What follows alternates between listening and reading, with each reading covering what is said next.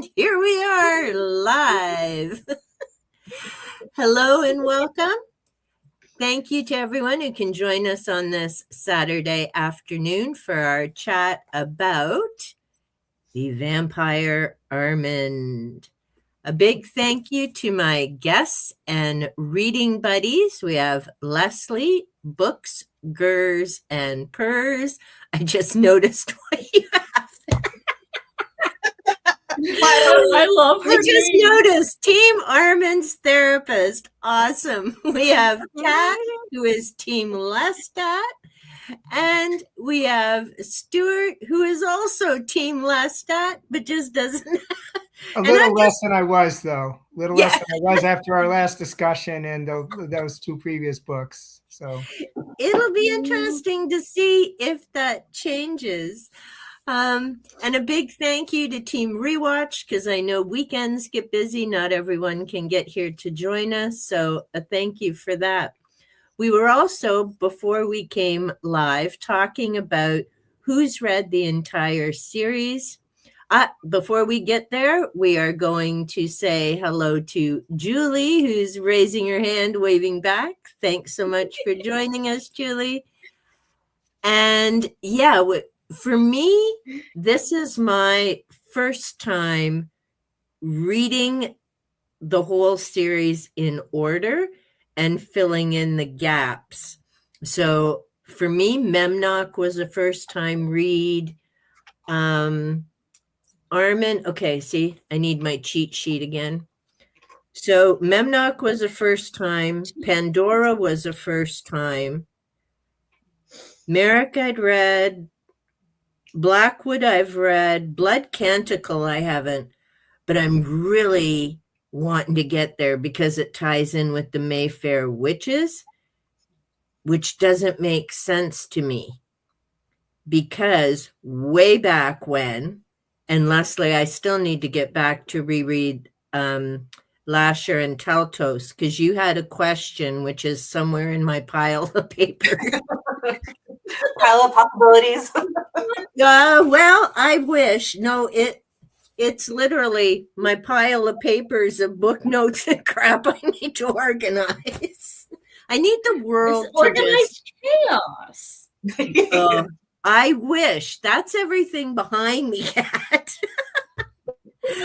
But I just need the world to kind of stop for 3 days, have an admin assistant, and have someone just go through, get it all organized. If they could do my files, as in pictures, movies, and clearly see what's what and label them, that would be freaking awesome. Because papers, I find so much faster than an audio file or a picture. It's like, I want to add this in my movie, video, whatever. Where is it? I don't know. Somewhere in the ether. Exactly. It's like, okay, you cyber gremlin, spit it up. Where did I save it? But before we get into the chat, just in case people don't know, let's go around and each of you talk a bit about your channel. So Leslie, we'll start with you. Oh yeah. Well, the therapist. I'm in the sweet spot. I'm in a great place with the 4 of you. Thank you so much, or 3 of you. Thank you for having me. My channel is Books, Gers, and Purrs, where I just started out not knowing what I'm doing. I still don't know what I'm doing, but last year and this year, I've dedicated a whole readathon to the Vampire Chronicles and largely the AMC adaptation. So I'm snooping onto the bookshelves of our beloved characters. This is like the last year. So I have 4 characters I'm going through this year. And it's just because this is my sweet, sweet obsession. So along with the hockey players, isn't it? Yeah, so we started. I knew that would get her off track. All the hotties, okay? I'm on the ice now. I'm with the vampires at night, daylight, the ice. But thank you, Canada. Thank you, Canada. Let's go there, okay? Can I pay Canadian tax dollars? I'll do it. Anyways, let me go ahead. I finished saying what I needed to say. So cute. Our ginger bibliophile. I'm the ginger bibliophile. Eventually, I will get back to making full-time videos. I keep thinking I'm going to, and then life keeps laughing at me. But I got books. There's puppies and kitties abound. When it warms up, you will see the plants that are currently hiding around the room and some stuff Nice. and flowers. It's just going to be, chaos because it started off strictly books. But it's me. It's my channel. I do what I want with it, and so I just throw up whatever I want. Eventually, I'll find all my fellow crazies, and we'll just congregate. There you go. Well, and when your plants go out of the library, Kat, does that mean JB has free reign again, or do you always have some indoor plants? The only one that I was keeping in here year-round is Limey, because he's a pain in the butt to move out. And I've got to figure out how to properly, whatever it's called, get all the pollinate. Because he's got 40 blooms on him right now. And if I can't figure out how to get it right, then I don't get any more limes off of him. That's like my pumpkin plant that'll need hand jobs. And I'll have to find that. Excuse me, I'll have to find that video because never in my life did I know there are boy and girl pumpkin flowers. And so my plant did amazing out front in the heat. There were tons of flowers and not a single pumpkin because it turns out I had no girl flowers. So next year I got to make sure not only do I get more than one pumpkin plant, but some of them better be girls because the bees didn't be doing their job and I want pumpkins. So I'll have to find the video and I don't know. Who knew such things? I knew the birds and the bees, but no one told me about the pumpkin flowers. And you definitely had a boy. I got one pumpkin, but it showed up so late that as soon as it started turning orange, we had ice and it died out. Like it flowered like crazy, but only one, I guess, got the attention of the bees because it was like off in the shadows. Somehow they planted it between two of my shrubs, literally up against the house. So I just had this like 8-foot vine and one pumpkin. And I guess they were girls because I didn't get any dirty boy bit flowers. See, and like I say, until I saw the video, I'm like, what now? Okay. And then he does show how to pollinate I mean, I have tons of bees. I have like 3 or 4 different species of them flitting all over the place, but apparently the pumpkin flowers didn't do it for them. They just mortified actually, Stuart and Leslie, I don't think you've seen the dirty pumpkin flower. And my poor little angel figurine was mortified because it was looking there. And I happened to open my front door and my pumpkin plant was out there. And we'll keep it PG. But let's just say there was nothing left to the imagination of what that flower looked like. And I'm like, what now? So I got a picture. Kat seen it. And then I took it work too. I know. And the poor angel's like, there'd be a meme that could go around because she was just looking at the flower. And I'm like, I've never seen a pumpkin flower do that before. So next year I'll have to keep an eye and see if not only do they tell me they're boys by the shape, but the stuff inside. But I was just like, wow. And good thing I took the picture because by the end of the day it was they wilt real quick, which I'm going to be nice and not follow that one up. Yeah, behave yourself because we're going to hop now to Stuart, who's wondering what in the heck he walked into here. Stuart, tell us about your channel because you have lots of cool things as well. Thank you. Yeah, my channel is Stuart Griffin 1001. I've been posting booktube videos for a little over 2 years. I try to do like a weekly wrap up where I talk not only about what I'm reading and my future plans, I also talk about other things I'm doing, like I crochet. I talk about the music I'm listening to, just things going on in my life. I try every book I read, I try to do a separate review video. I don't always achieve it because sometimes too much time passes and I figure I can't do enough justice to it, but it's my goal to try to do that. I do tags, book calls. The one thing I want to start doing, it's sometime not too distant future, is I want to start doing lives, like maybe, I don't know, maybe reading sprints, or maybe just start doing them Yeah, awesome. myself. So that's kind of like the next thing I want to do on my channel. It's mostly kind of standard stuff, but I will say too, I do read a variety of books. So it's kind of difficult for people to follow me because they don't know what they're getting. But the people who do kind of like the fact that I have a variety of books, variety of genres. So yeah, that's basically it. Yeah, my goal is to try to do 3 videos a week. I'm retired, so I have the time, but I don't always sometimes achieve that, sometimes I don't. That's kind of my goal. Awesome. And I'm excited to see you going live, because I remember when we did the first Vamp live stream. Was that your first appearance? It was my first. Yeah, I appreciate you guys inviting me. Yeah, it was the first one I ever did. Yeah. A little bit of out of my comfort zone, but yeah, so it's been good. It's been good. Awesome. Just a matter of me doing it like myself. If nobody views it, that's okay. But I just start. You got to start somewhere. Well, and when I first did a live, for the longest time, it was just me and one viewer. So, I mean, until you give it a whirl, and for a while I stopped doing them. And then I'm like, wait a minute, this is where my viewing hours are coming from. All right, I'll go and babble, because obviously somebody's watching this. It's just not always people in the... And that's the other thing with YouTube, is there's so much to learn.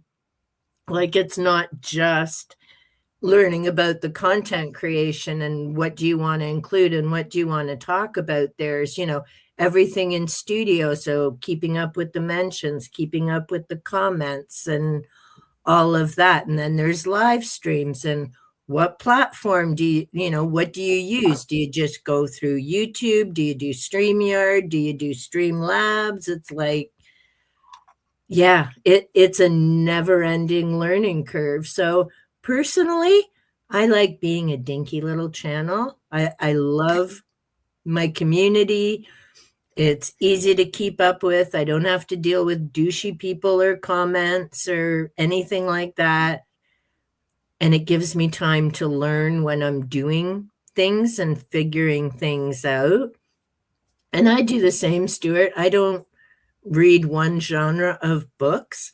I read fiction, nonfiction, a whole variety. And I like that. And I don't read the newer books typically. Fourth Wing was an exception. Rereading ACOTAR. We're on book 3 now in the group. I know, Kat, that just cracks you up, because the first time I read it was like, what the hell am I reading? You just like the fairy spice. We're on to you. You say you don't, but then what do you reread? Yeah, but I skip those pages. I've been keeping count of how many pages I can skip, which the last one, I know there's 10 pages I don't have to read out of there, but I am looking forward to Silver Flames again, because it's Nesta and Cassian's backstory, and there's a lot in terms of their character development. But in terms of the reread, and same with Vampire, almost said Diaries, Chronicles, there's so much depth and changes to these characters that you need that second read to figure out what's all going on. So having said that, with the Vampire Armand, and yes, sorry, there will be spoilers because we're going through the series, and the only way to talk about these characters is, where they've been, what's happened in the book. So if you don't want spoilers, put us in the watch later list. And same as Stuart, I have one of your updates to watch, because I see you put Legia by Poe in it. Yeah. And I need to read Legia before I watch that. because Jen at literally love 123 just did a live stream and she'd done it as a buddy read. And I can't watch that until I read Legia because I didn't even know Poe had a vampire story. So I need to read that this week and then I'll watch your video and Jen's live stream. But yeah, so with Armand, and thank goodness I kept this for the start. So at the beginning, we're back in New Orleans, or we're in New Orleans, and picking up at the convent, which it took me for a little while to go, wait, what are they doing here? Because I forgot Dora gave it to Lestat. So now all the vampires are living there, and David's got his own office, and he's continuing to do his research, but not for the Talamasca. He's now got Eternity as a vampire, so he's getting all their stories. Lestat's just a lump on the floor again. Like, dude is not that old, and he keeps either going underground or just laying there going, I can't cope. Which makes me wonder, how does this dude get to be, the big hoo-ha that he is? But in any case, so he's laying there in front of the statue. He's one of those, he is fun to read about, but if you had to deal with him, you'd beat the crap out of him. Yeah, there's a good point. Maybe that's why people like him, because he is interesting to read about and the choices he makes. But would I ever go for coffee with him? Probably not. Like, he's an idiot. Like, Jesus, if not for Armand and Louis, dude would be done. Like, he just never so let's start there before we move on to Armand. Okay, so I've shared my thoughts about Lestat being a lump on the thing again, because he's all messed up after Memnoch, and did he really see God, and the whole cloth thing. And I think in the beginning, in the beginning, because we have Armand who went into the sunshine because they're all freaking out about this veil. But first off, your thoughts on Lestat and how he handles this newest drama. Stuart, let's start with you. What are your thoughts on Lestat in the beginning? I wasn't really sure why he was in such a state at first. I didn't know, because you just discovered he's just kind of lying there, apparently just staring off into space. Yeah. Unresponsive. And it's like, I don't really understand. I mean, I obviously I can see if you believed you met God, and you literally suck the blood of Jesus. If like what happened was really true, I can see how that could be like difficult. But he's also experienced all kinds of other things in his life too. So it's kind of like this kind of caused him to just be unresponsive. So I'm not actually really sure why he was that way, whether is like difficult as it could be to experience that, why he's also experienced all kinds of other things, including being with the Akasha, the queen of the vampires, being with all these powerful vampires. So I'm not even really sure why he's responding. There's one thing, this isn't related to this. One thing I want to say though, when we talk about the times he doesn't, he kind of like just buries himself. There's one, I don't remember which book it was, but one of the times, it could have been even decades. All he did was he went underground, he read book after book. And I thought, well, that kind of was like, maybe not, I could have maybe appreciated that kind of like, just like taking myself away from society, if all I had to do was read book after book after book. But yeah, I don't even understand why his reaction is this way. And so strong that he's just kind of gone sort of comatose. Yeah, I agree. I had the same. It's like, what is dude doing? But yeah. Kat? Yeah, I'm with you, Stuart. I mean, yeah, if you think that's legit, it is kind of big, but he doesn't do small things. I mean, he hooked up with Akasha. He met the twins and got that story. He was a little, vampire baby hooking up with Marius. I mean, dude, it's been big from the beginning, and now your mind is broken. Like, he just needs. I think that's the only way that he stays out of trouble. He goes and does something huge and stupid, thinking there's no possible way it can backfire. Of course it does. Somebody bails him out, and then goes, I'm just going to be like dead for a decade so that I don't get into more trouble. So that I can get into something else later and not learn. Yeah. He's fun because I forget who it is. I saw some quotes. Either, read a book worth reading or do something worth writing about. He does all the stuff, but you wouldn't want to actually deal with him. He's not going to learn. He's had like 5 centuries. He is unredeemable, but he's fun. That's true. Well, actually, isn't he only 200? No, I think at this point he's closer to like 4 or something. I think in that one. That's where he was like 1600s, 1500s. Oh, yeah, maybe.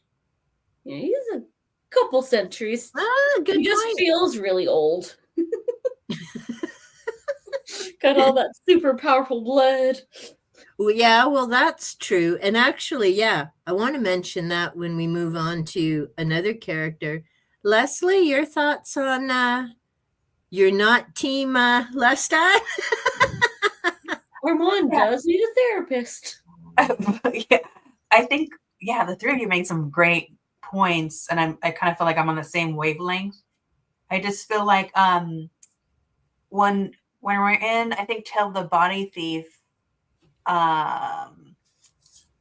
he already didn't want to like continue living, right? He went and got a little sunburnt, and then he did not only did he go with went in Kasha, but they like attempted to schmenicide all the men.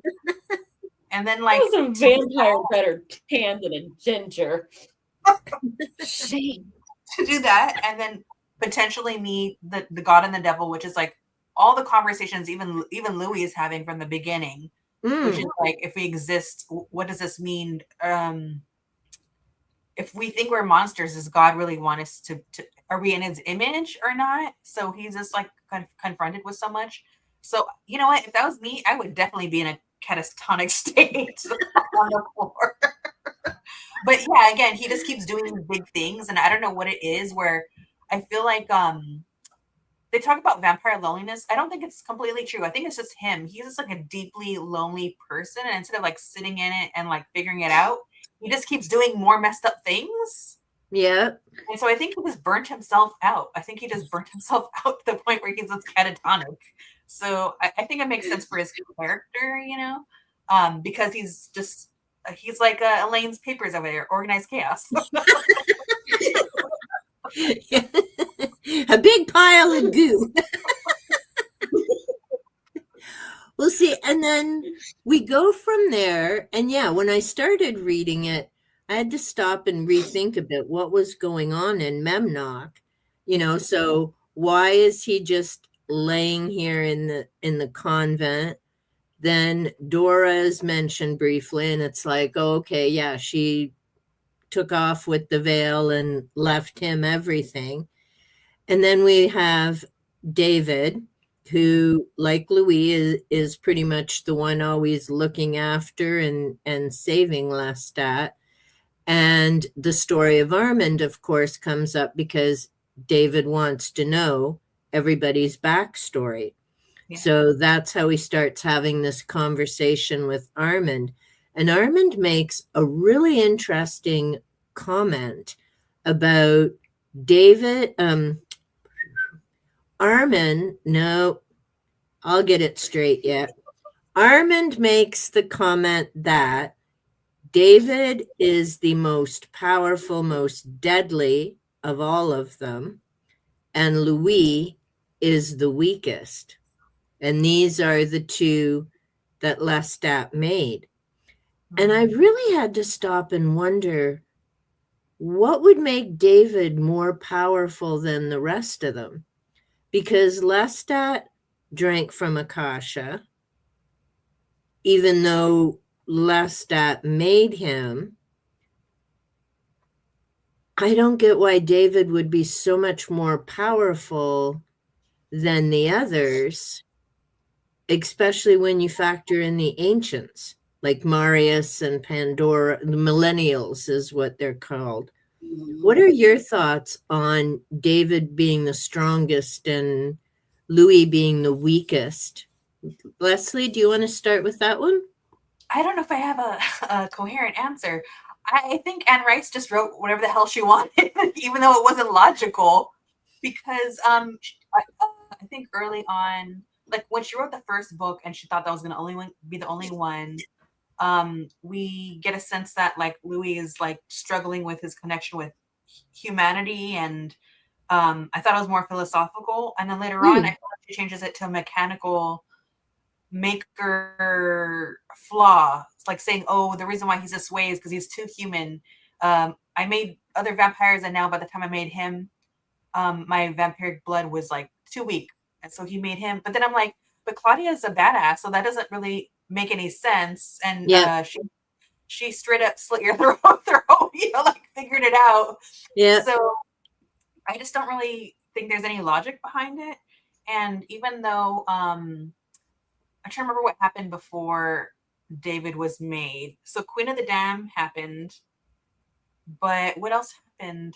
And then there was the body switch, which is how David ended up getting made, and he didn't want to be made. Yeah, so I don't know if it's like he just was a little sippy, probably with the Queen recently, so like he still has that and pass it on. It doesn't make any sense. I don't know.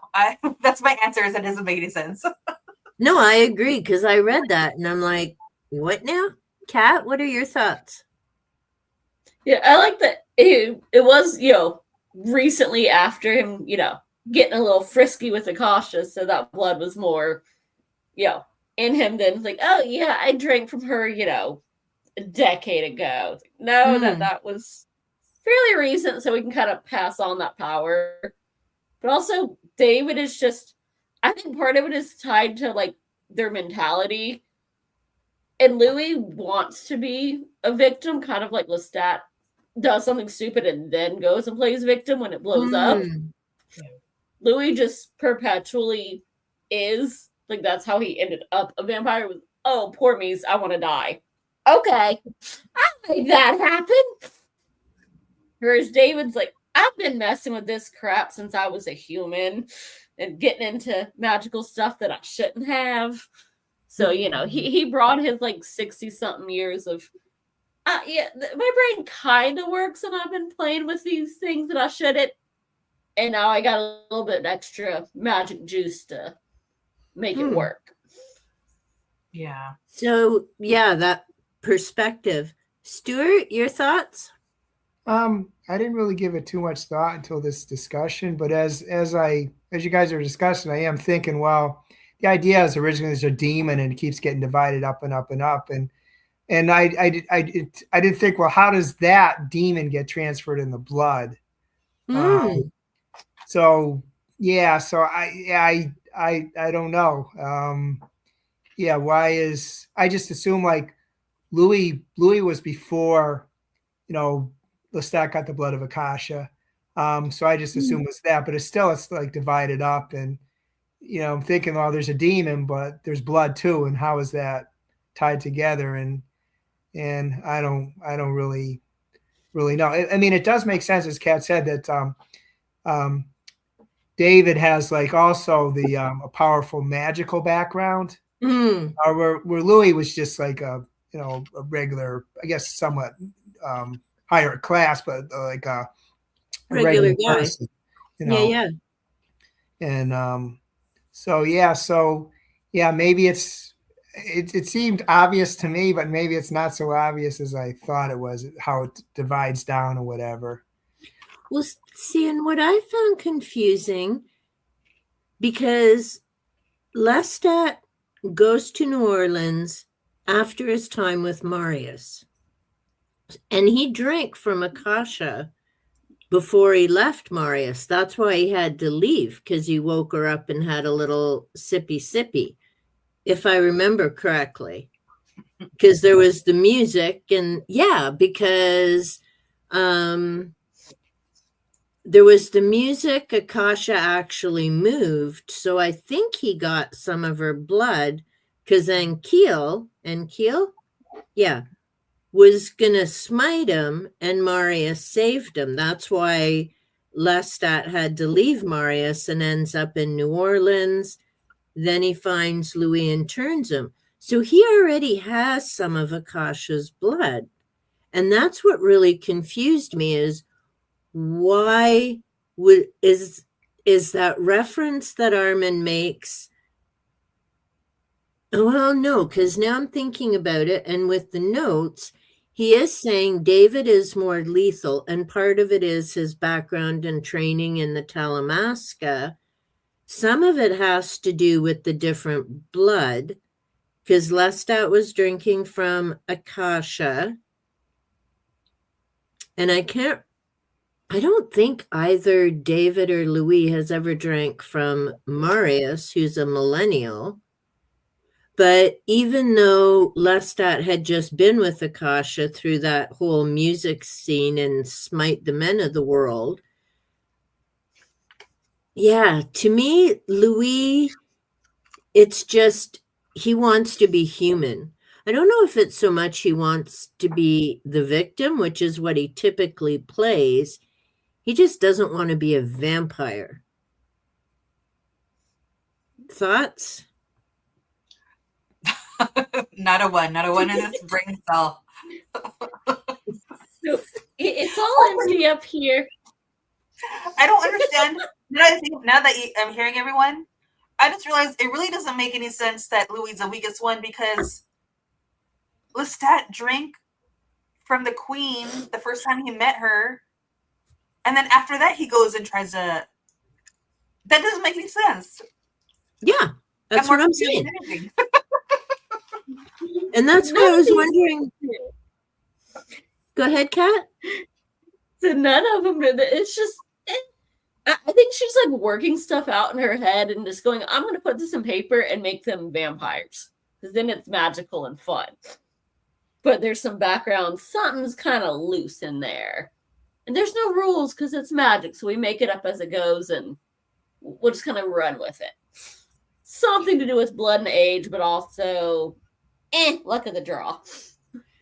Well, and I think, and Stuart, I was thinking about it when you were speaking with Lestat and the impact on him of having met God or not.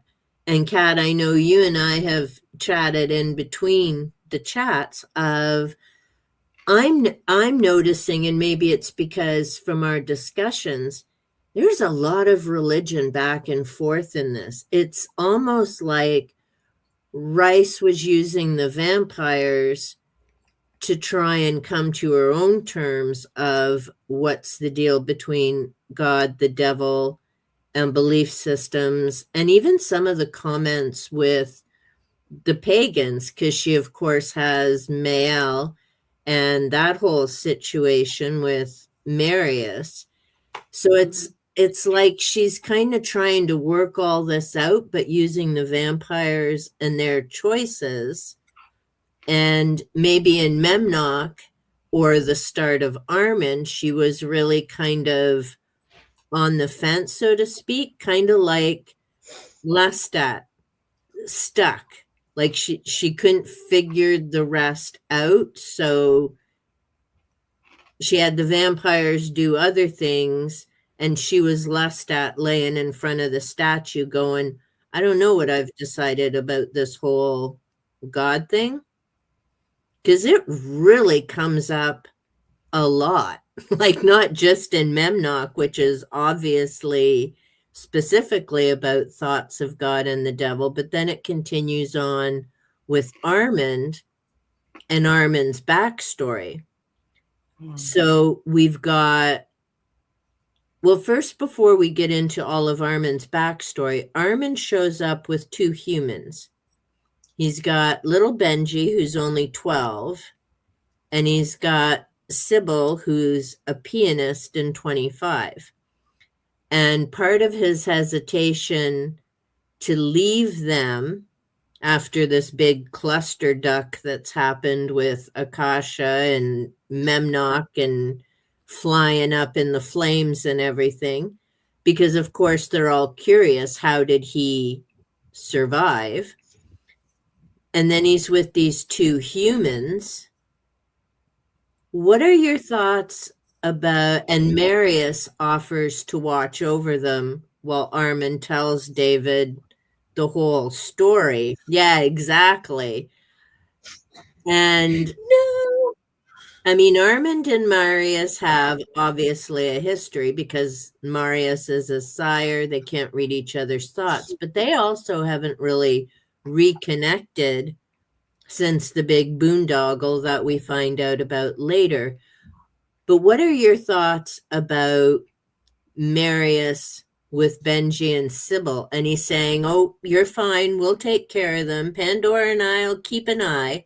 And we won't get to, we find out what happens afterwards, whether Marius made the right choice or not. But what are your thoughts about Benji and Sybil as characters and humans and how that all unfolds with Armand? Whoever wants to start. Kat, actually, let's go. Kat will start in the middle this time. They are very naive and innocent. And leaving them with Marius is, well, he won't let anything, outside of what he does to them happen because, he doesn't want to piss off his boy toy, but that does not seem like a good situation. It's like, oh, they're pretty and that one's an artist. But, well, the pianist might be safe. She's a little bit older. But yeah, I think they got caught up in some stuff that they don't know about. Yeah, because Armand is just, he should not have done that. I was like, have you still not realized what your childhood was for centuries? Just and Armand, I think he's gonna need more than one therapist. Sorry, Leslie. He needs a whole team.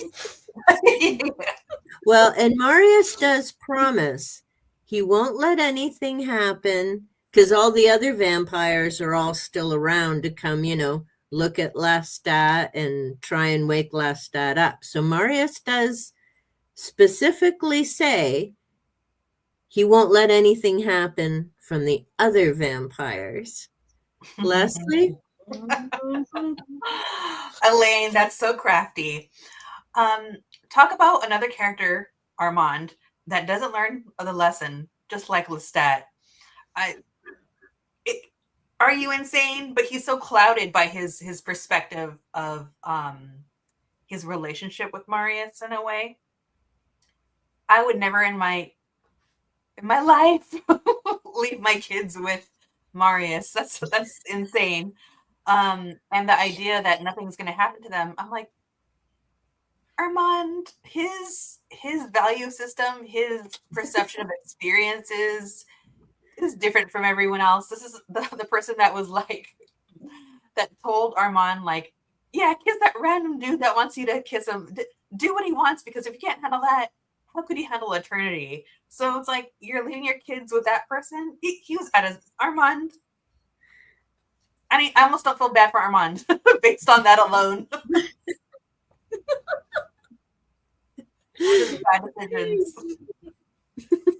Dude's got some codependency, Stockholm syndrome, all kinds of mess. A few of them do.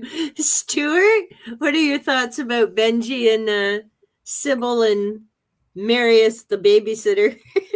I didn't kind of think of the perspective you guys are coming from. I just thought it's like maybe not a good idea to leave a couple of humans with a vampire. I was looking at from that, not from the but we'll talk about this later, I'm sure. But what Armand maybe should have learned from his relationship with Marius. I was just looking at it maybe like letting any vampire just with your two humans might not be the best option. But just because he is a vampire, Yeah. not that he's shown like what he thinks of, young people, what he Yeah. young boys. So, yeah, I didn't think of that, but yeah, it is a good point for that perspective too. Because like and two, like Marius, like what he considers harmful might be physically harming him, but he didn't think what he did with Armand was harmful, So it's like he may say he's not doing something harmful, but it's his perception of what is harmful. Yeah, From a perspective of exactly. somebody a couple thousand years old, when back then, way different way of thinking. So yeah, now that I see what you guys are saying, I definitely see that there was more than just they were going to be left with a vampire, but left with a vampire showed certain, I don't know, ways he did things. Preferences? Yeah, preferences, yes. Preferences too. Yeah. Yeah. Island boys. Yes. Teen boys. Well, but the thing is, and we know, I think it's come up before. Yeah. Marius wasn't always about boys. We'll get there, but he wasn't always about boys because he'd been with Pandora for a long time.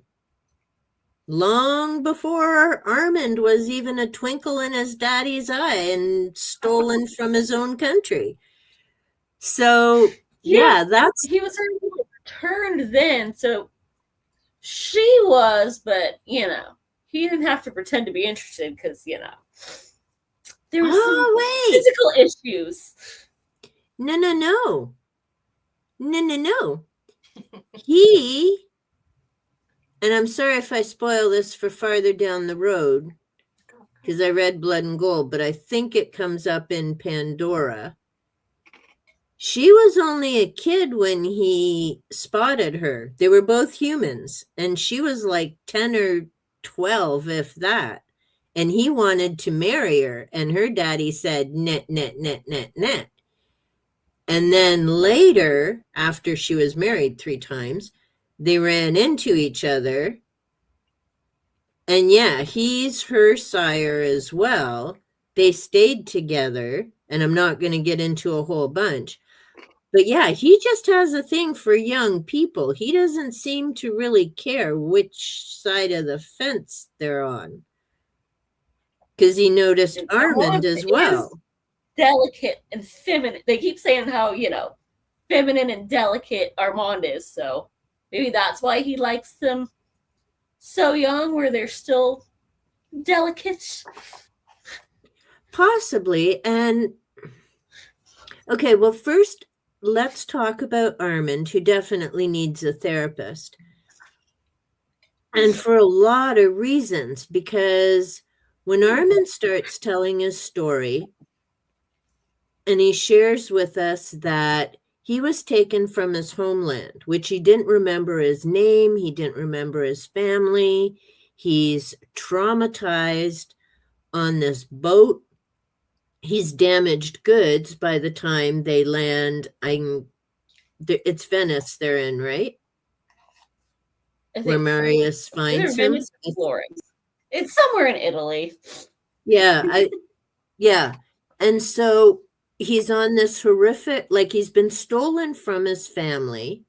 He thinks, oh no, he didn't even remember his father at that point. Like he's just a mess on this boat, ends up in Venice. I don't think we're quite sure how old he is when he gets taken.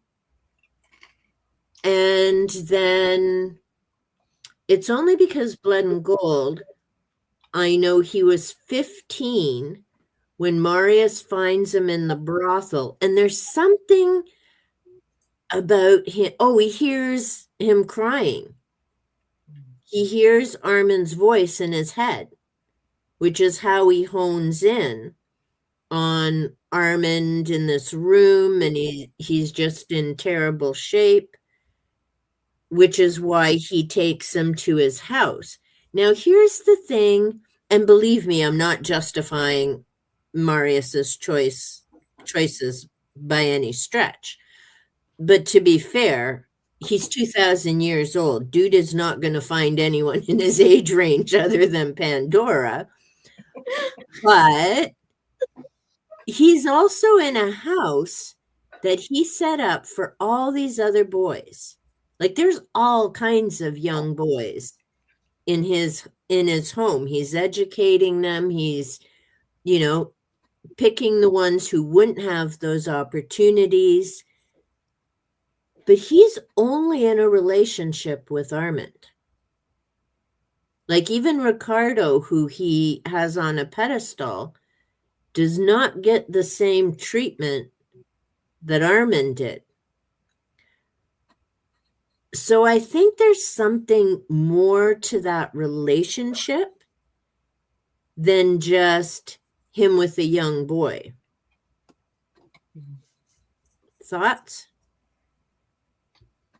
I think maybe Marius has a savior complex, and he's someone that I don't think it's really about his affection for Armand, but what he does for Armand that might be his kink. Well, because he's Come got off as quite a narcissist. So Yeah, and because he does always want to be like, he always wants to be Armand's teacher, right? And he does have all these boys that are learning lessons or under his tutelage.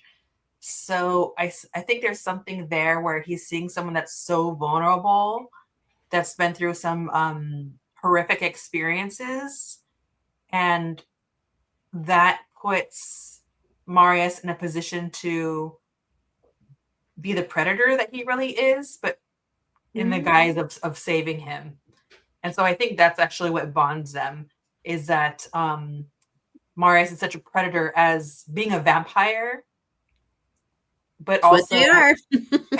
They don't all twinkle and give you kisses and roses. They are predators. they're not all in forks. you mean they will all steal my body glitter?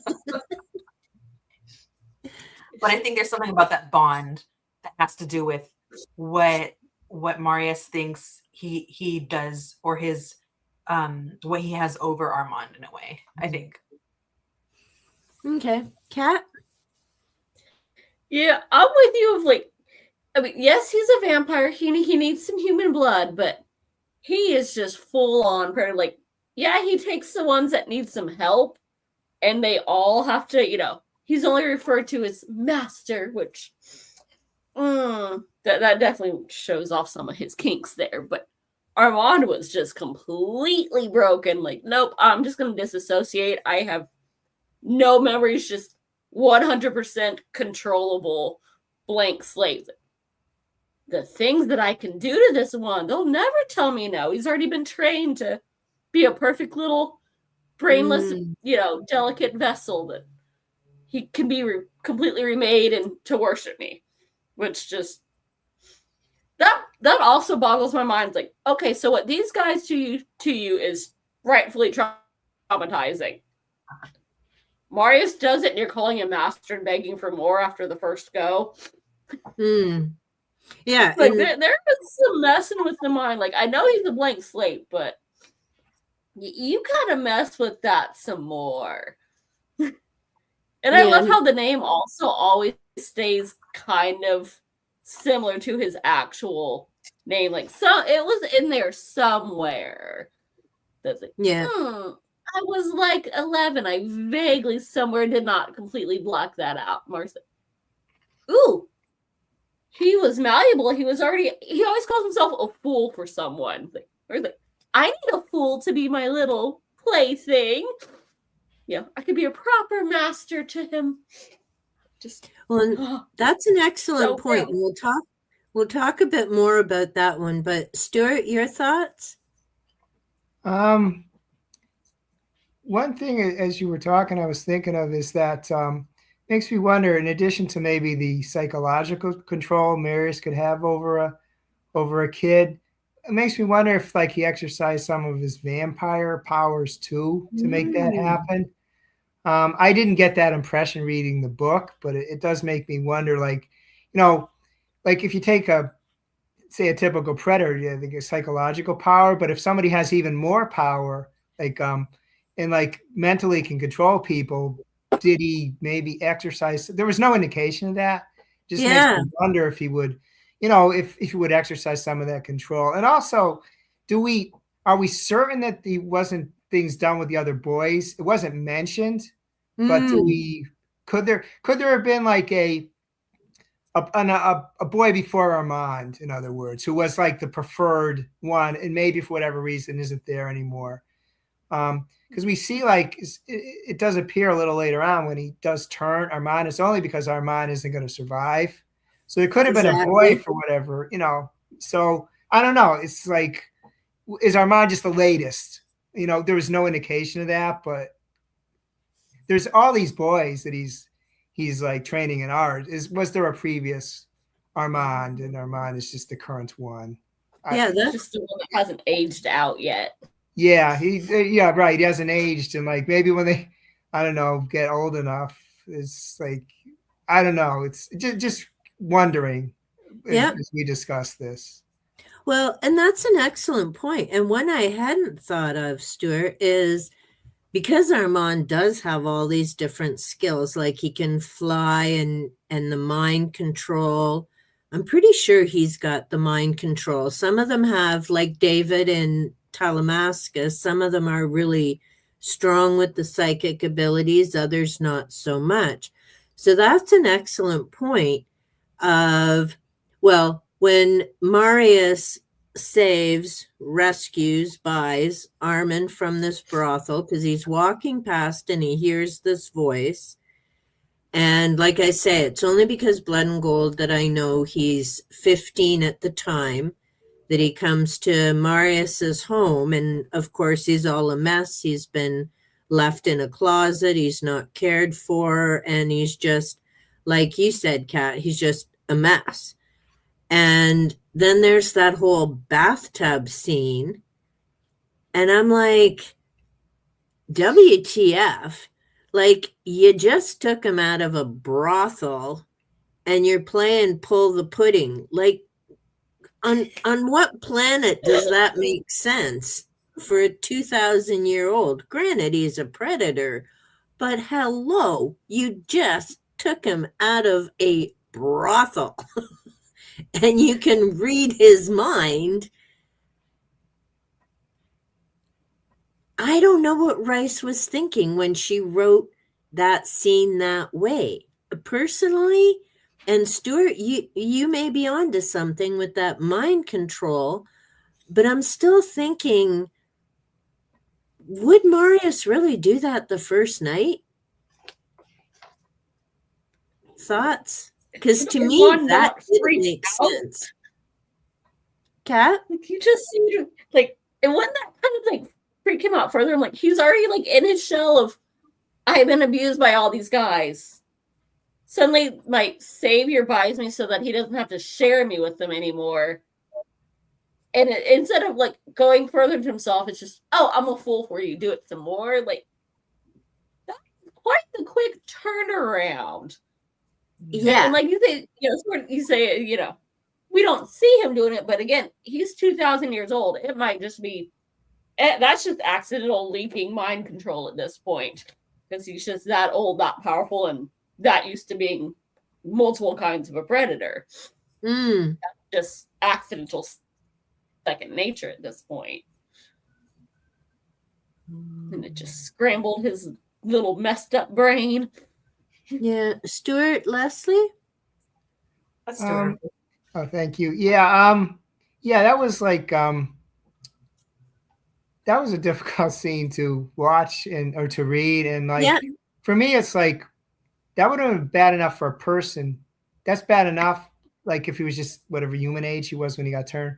But if like a couple 1,000-year-old vampire, because really he's kind of like, not only, you're kind of like a different species almost, and it's like, it's like, the first time you're doing that, it's like, I know it's 500 years ago, but still, it's just like, I don't know. It's kind of, it's difficult to read. And really, like, when we back off a bit, was it really?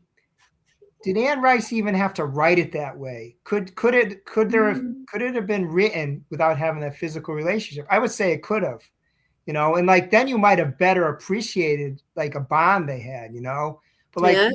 when he does that, it's kind of like, I mean, I know it's 500 years ago, you're not gonna have consent and stuff like that, I suppose, but it's still like, did you even have to write that aspect of the relationship?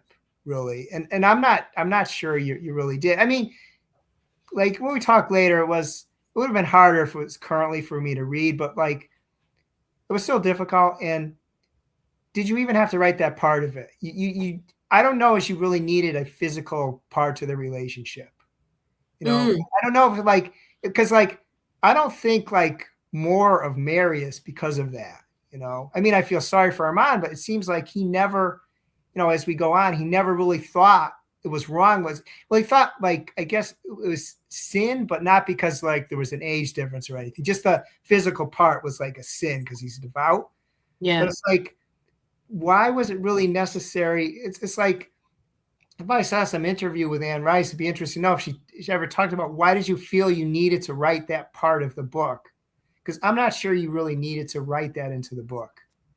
To me, like it would have been fine, actually a little better if there wasn't that part. Yeah, a vampire, you turn him and stuff like that, you control. But like the physical part, I would have been happier if that wasn't part of the book.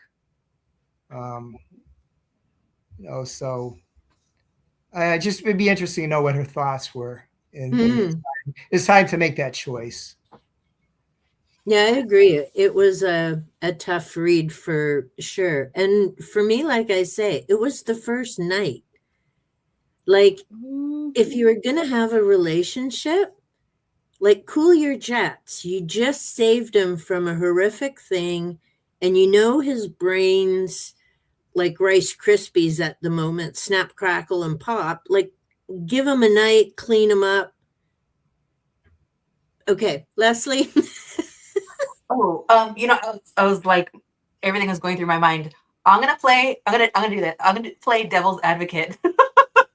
Woo! I just had an idea. Well. I do actually agree with you, Stuart, but just to go here, you just sparked a thought. Yeah, the whole book, I'm like, this is terrible. This is like essay.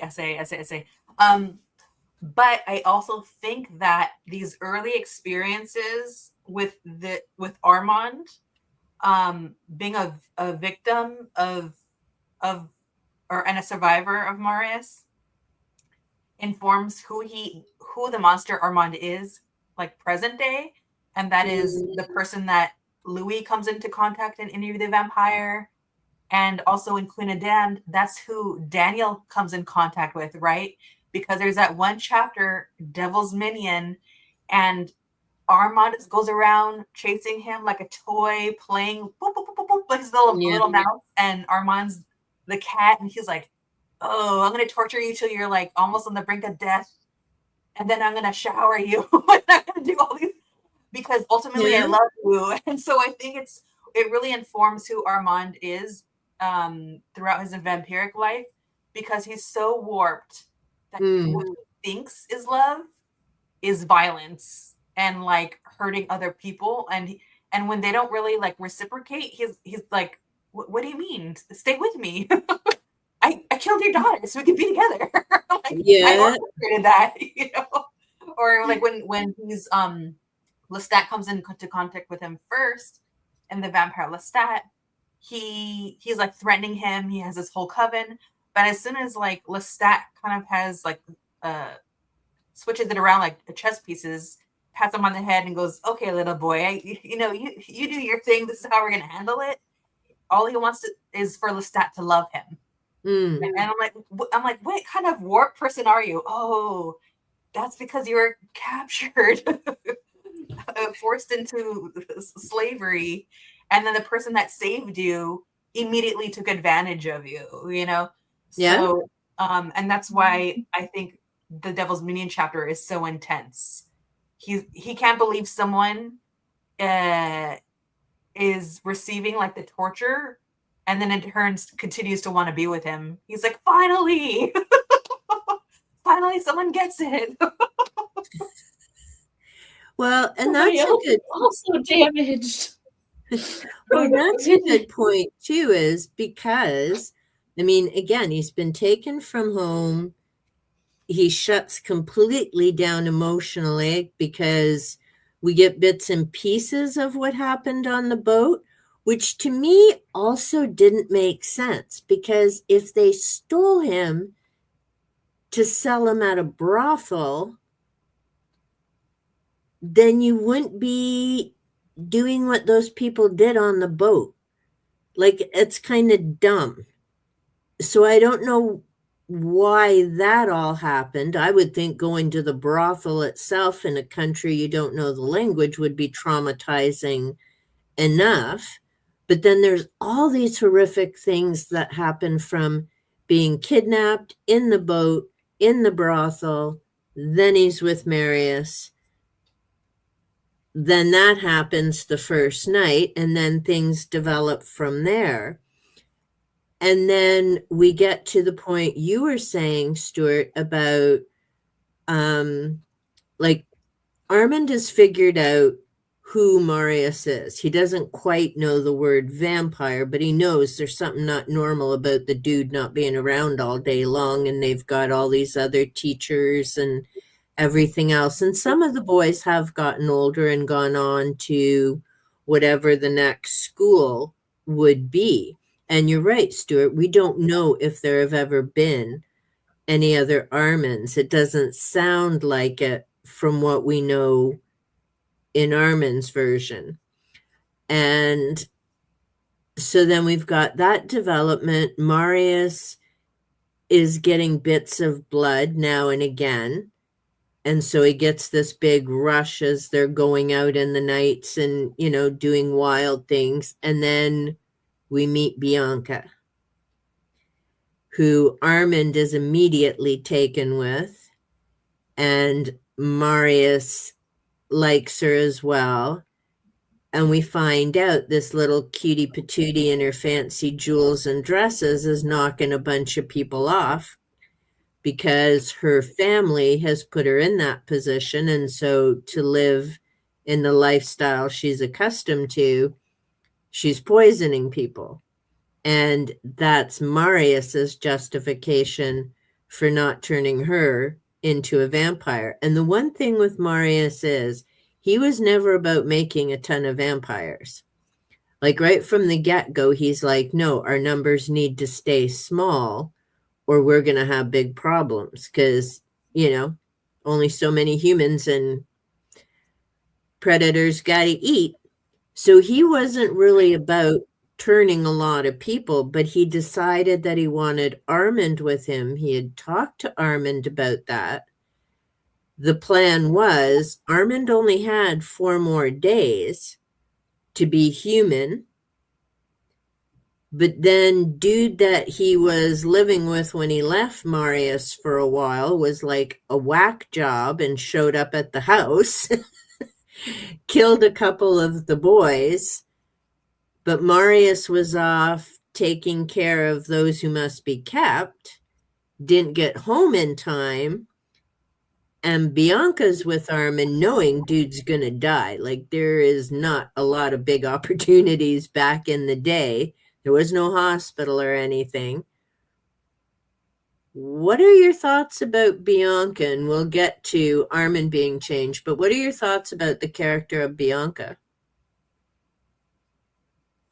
Anybody? I'll go real quick because mine's short. This is my second time reading this book. I had no recollection of Bianca. I don't know where I was, but I was a kid, so I clearly was not inebriated. I don't remember Bianca, so when I read her, I was thoroughly confused because Marius is a vampire, yes, an old vampire. So I guess I feel like that warps his perception and what he does with Armand. But with Bianca, I was totally confused because she's human, right? Yeah. So, like, lady, what's your problem? Like, I was so confused. The network that Armand it gets wrapped up in. And I wish I could say I support all women's wrongs, but not this one. I think Bianca's just as bad as Marius. That's where I'm at. Okay. Like, Well, yeah, it started off seeming innocent, but oh my goodness, like, okay, so like my uncles are blackmailing that, I have to off these specific guys to keep them rich or, I'll be punished. But then she hooks up with him. Like, I get, okay, you're crushing on Marius, not realizing that he's, abusing the boys and he's 2,000 years old. Like, okay, like, he's rich, he's kind of cute. But how are you gonna crush on both and be like, oh, well, this is my thank you for saving me from my manipulative uncles. Now I could just murder if I feel like it. Like, that whole both of them thing, just like, that went out the window. I was not expecting that scene. I remember her in the books, but I remember her being like the innocent little thing that blackmailed into some bad stuff and just throwing parties because she's pretty and rich. Not, oh, she's kind of like him. I forgot that scene. I could have done without it. And the first time around was also kind of what the. They just all messed up. Like, to get into the circle of vampires, you have to be really pretty and damaged in multiple ways. Stuart? Yeah, I guess based upon that, from what Kat said, then it does seem strange that Marius wasn't willing to turn her because she was like, she was damaged and she did poison some people and I guess like probably it's bad to say, but I kind of didn't mind her like poisoning the people. Kind of thought maybe they deserved it, but it was a strange relationship. And then toward the end there, it was like both her and Marius were there together and they were in bed and stuff like that. And it was Armand. And Armand, yeah, mainly Armand, yeah. So yeah, it was a strange relationship. Actually, she probably would have made a good vampire if they did turn her. She might have been an interesting vampire if she did get turned. Yeah. She could have been a grown-up Claudia. Yeah, with all that comes with it. And that's the thing. So, I mean, Marius sends Armand out, and before he decides to turn him, we kind of skipped. So he's sending him to the brothels, male and female. Bit bizarre. You saved him from the brothel. Now you're going to have him go do what you didn't want done to you, but all messed up. Like, there were so many things in Armand's story that are just messed up. and not just because of Marius. I'm just like, where is all this stuff coming from? And I agree with Stuart that, I mean, even in the books with Lestat and all the Boom Chickawawa, because dude'll like do anything that 2 feet in a heartbeat, but it's not as explicit. I was specific. It's not 4 paws. He loves his dog, but not that much, not as much as everything else that goes past. It's gotta be human. That's my only rule. It's gotta be human. So it's just, yeah, see, this book, it was almost like going to Akatar without the Fae. Was like, why so many of these types of scenes versus kind of the discussions with the relationships that could have been done without all the explicit what's going on in the bathtub and behind the closed doors. And then Marius gets there, well, just in the nick of time, sends Bianca on her way, and realizes he has to make a choice. He was going to turn Armand in a few days anyways. But it's either kind of that now or never. And dude's only 17. Yeah. He's only 17. And that stood out because, well, when we meet Armand later in the Theater of the Vampires, they're going on about Claudia's age, who granted in the book she's only 5. So, yeah, you've got limited options for survival there, even with the kick-ass strength of a vampire. But then Marius decides to save him and takes him to Russia because some of the memories are starting to come back. And he, sees his family. And it's kind of interesting because it's the dad Armand is interested in. Because as the memories come back, he thinks his dad has died, but he finds out that, nope, dad's alive, but a heavy drinker. What did you think about how that all played out with Armand returning home and his interactions with his family? Stuart, do you want to start? Yeah, I found the interactions with the family were a bit painful for him, but I guess it's kind of something he had to go through, and it also, in some sense, did give some closure, I guess, with his parents and his family members and stuff, and hopefully we never see what happens. We learned like the mother, I guess, died not too long after that, but the father hopefully maybe got things together a little bit because he was just basically drinking himself to death. Mm-hmm. So, but it does, yeah, it's like, it does make me wonder, and I'm not sure I know what Marius's motivation was for bringing him there. It probably was, I'm thinking it probably was beneficial to Armand and, like I say, the family members to do it, but it, I think it was beneficial. And just like, I want to go back just a little bit to the previous discussion and just say like, I'm kind of questioning a little bit like the choices Anne Rice made in this and what you guys talked about a little bit, like, why did she decide, of the books I've read, to me, this is the most graphic book for the physical scenes. Why did she make the decision when those physical scenes are kind of the most painful, maybe from a reader's perspective to read? Except like Leslie made some great points, but even if like you have to do that, you don't have to get as graphic. And to me, this was of what I've read so far, this has been the most graphic. So I'm going back a little bit on that, but I do wonder about the choice made, because you could get the point across what happened without being quite as, especially like you said, that bathtub scene. To me, that was like a jarring scene, right? Yeah. Just like explain it in a way that maybe what they call closed door or whatever, get the point across without us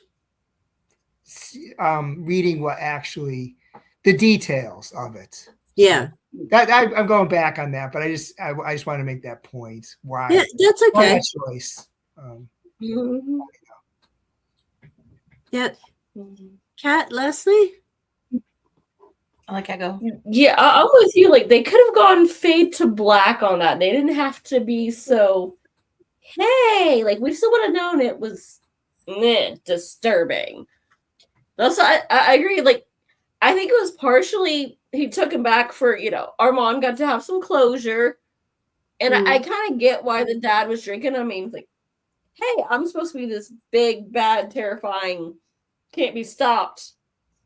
And I let my little kid get, kidnapped and presumably, offed. So, wait, I can save him time to go. I want to add, hang on. We forgot his dad took him out of the monastery or whatever it was, because remember, he used to paint those icons. So dad took him out of there so he didn't end up getting buried alive or whatever it is they did till they died in there. I just remembered as you were talking, the dad was drinking because he thought it was his fault. But if he hadn't, hey, Tangible Reed, welcome. Because if dad hadn't taken him out of there, he wouldn't have been captured because they were taking that icon to put it in a tree somewhere. So sorry, I just wanted to, before that popped out of my head, but okay, Kat, so he went for closure. You understand why dad's drinking. But it also kind of reinforces Marius' whole thing of, yep, I'm your master and savior. Look at the, how crappy your life would have been. But all you gotta do is bang me and you get to live in a palace. Be a good little, brainless thing.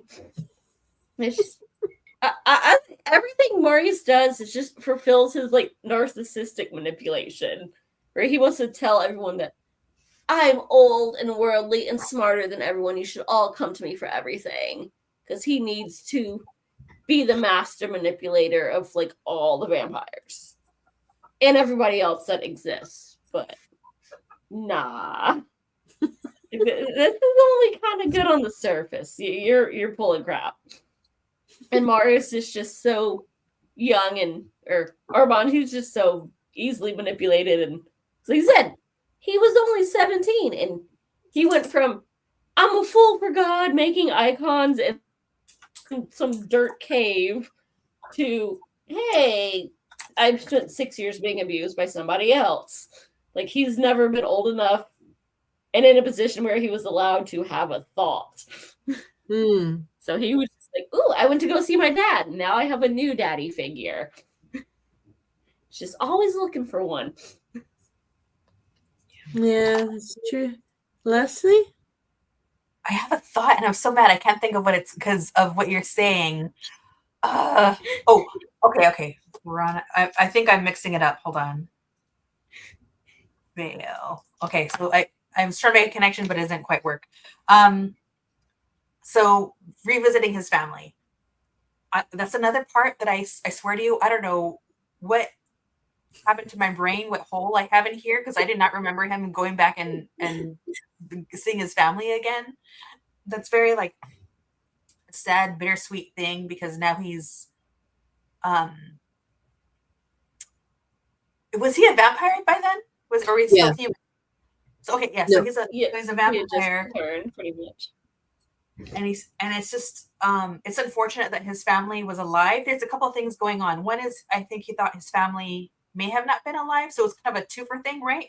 Am I correct? Well, I thought his dad was dead, trying to save him because he remembered all the arrows going past when whoever it was grabbed him. So I thought dad was dead, but he had no idea about the rest of the family. And to be honest, I didn't get the sense that he really cared much about any of them but the dad. Okay, so that parallels what then happens with him and Marius, right? So he thinks his dad's dead, but it turns out he's alive. Same thing happens with Marius. He gets separated, and he thinks, oh my gosh, most likely he's dead, but Marius was alive. So that's like a wild cycle of that's connection that's going on there. Yeah. And I think it's I honestly thought he was going to go back, see his family, and I thought Armand was going to kill them. I don't know. Oh, really? About me. Yeah, I thought he would kill them, because once he would see that they're alive, and he's still young, I would definitely have some misplaced anger. If I was Armand, I would have killed him. That says what a monster I am. I was like, what happened? But I also see a connection between Elaine, because you brought this up. Armand was in a monastery and then removed, and that's what happened to Lestat, right? At a very young age. Oh yeah, his dad and his brothers brought him back. Yeah, they took him out. Yeah. 12 or something, because he wanted to commit himself to that life. Yeah. And then also, I don't agree with Lestat. I'm like, stop taking out the violin. You're 12. Of course your family was going to take you out. But so I thought about that. And another thing that doesn't quite work as a connection, but only because you guys started talking about it, my mind started spinning, is that when Armand goes and sees his family, is the mother that gives him the scarf or something about his scarf. I think so. Yeah. Yeah. And Because then the mother recognizes him, and he just come out of the bar talking to the dad because he didn't think anyone recognized him. He tells his Like, I know dad, my son. yeah, and she comes, and yet he has really no feelings for her. that's very interesting because I was thinking about that. And then in Memnoch the Devil, what sends Armand over the edge is the existence of Veronica's veil. Mm. And in my head, it connected scarves, but that's not the same thing. Scarf and veil are different. Well, But but fabric. yeah, I was kind of thinking about like, okay, so in one instance, that is symbolic of him not feeling anything for his family. Again, I would have killed him. I would have felt something. I would have felt rage. Been like, all right, if you left me to this, I'll take you out. And then to a place where he sees a veil and probably feels maybe like Lestat and Louis about considering your existence if you're a monster. And then thinking about maybe all the terrible things that Armand's done and his warped sense of love. So that makes sense why he would step into the sun. He's like, oh, I know where I'm going. I better go there now. At least try to. So that's my He might enjoy it. yeah. Stuart? Come on, take me to hell. Yay! One thing was interesting, like you're talking to me to his mother. She gave him that decorated egg, and he was really obsessed with that decorated egg through the rest of the book. So he cared about the egg for whatever reason. Yeah. He just like he couldn't get out of his head. He thought it was lost. He found it, which you wouldn't have thought it would have survived, but it did. But he was really obsessed with that decorated egg. So I don't know if that means like there was a little bit of feeling for his mother because she gave him that egg or whatever, and he associated with her. But he was really obsessed with that thing. You know? That's true. Well, and because the next big thing we have, because he goes to Russia, does the family closure.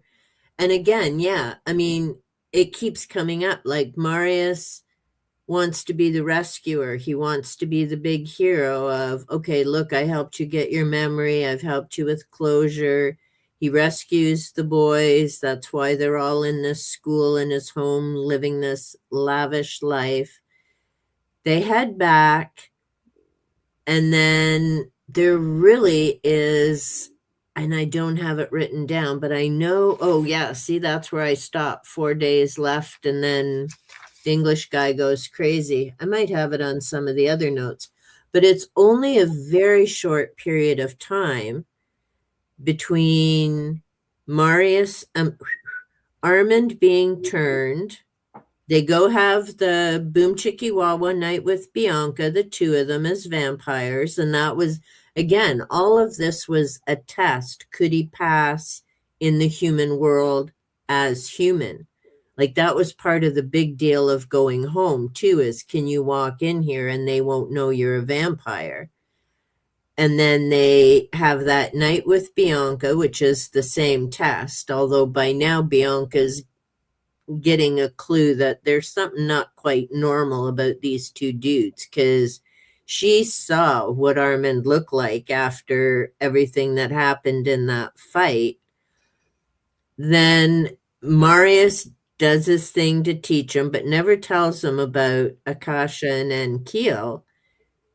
And then Santiago shows up with Alessandra, and they kill a number of the boys, capture the others, set Marius on fire, and once again Armand is captured and taken on a boat somewhere.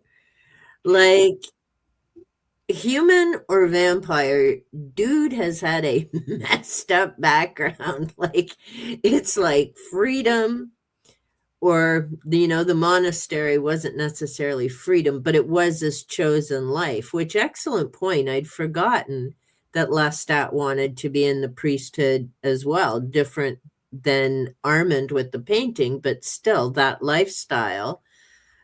Then we suddenly have Armand captured, ends up eating Ricardo and he didn't know it was him until, that whole time in the cage and everything else. And then he suddenly becomes the coven leader in the Children of Darkness, who are just messed up, like big time.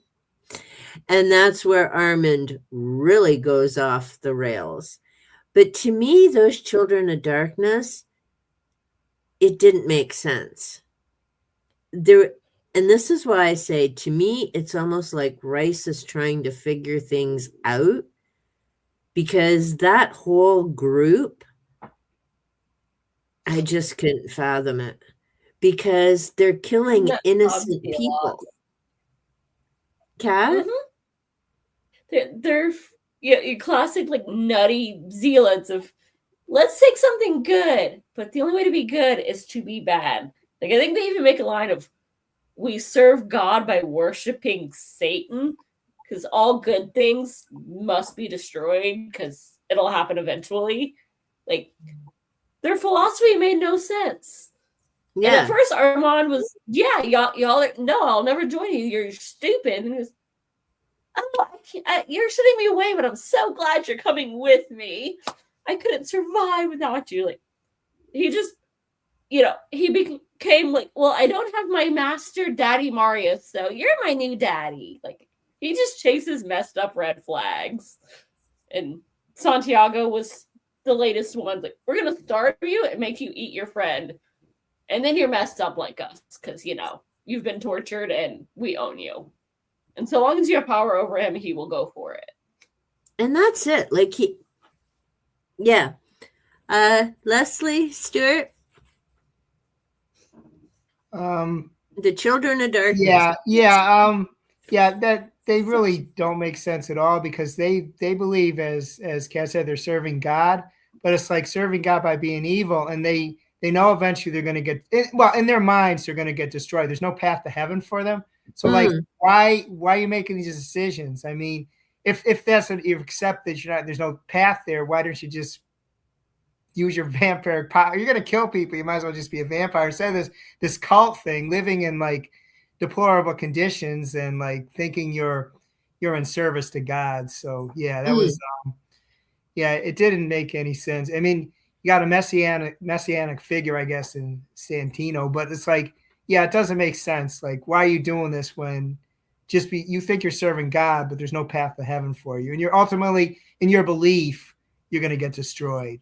So it doesn't make any sense. And Armand did it, I guess, for decades and decades. I guess they didn't like some of the parts of the books. I thought they really kind of, maybe there wasn't much to say, but they just kind of wept through them awful quickly. Decades or maybe even a century or two passed quickly, but yeah, it doesn't make sense.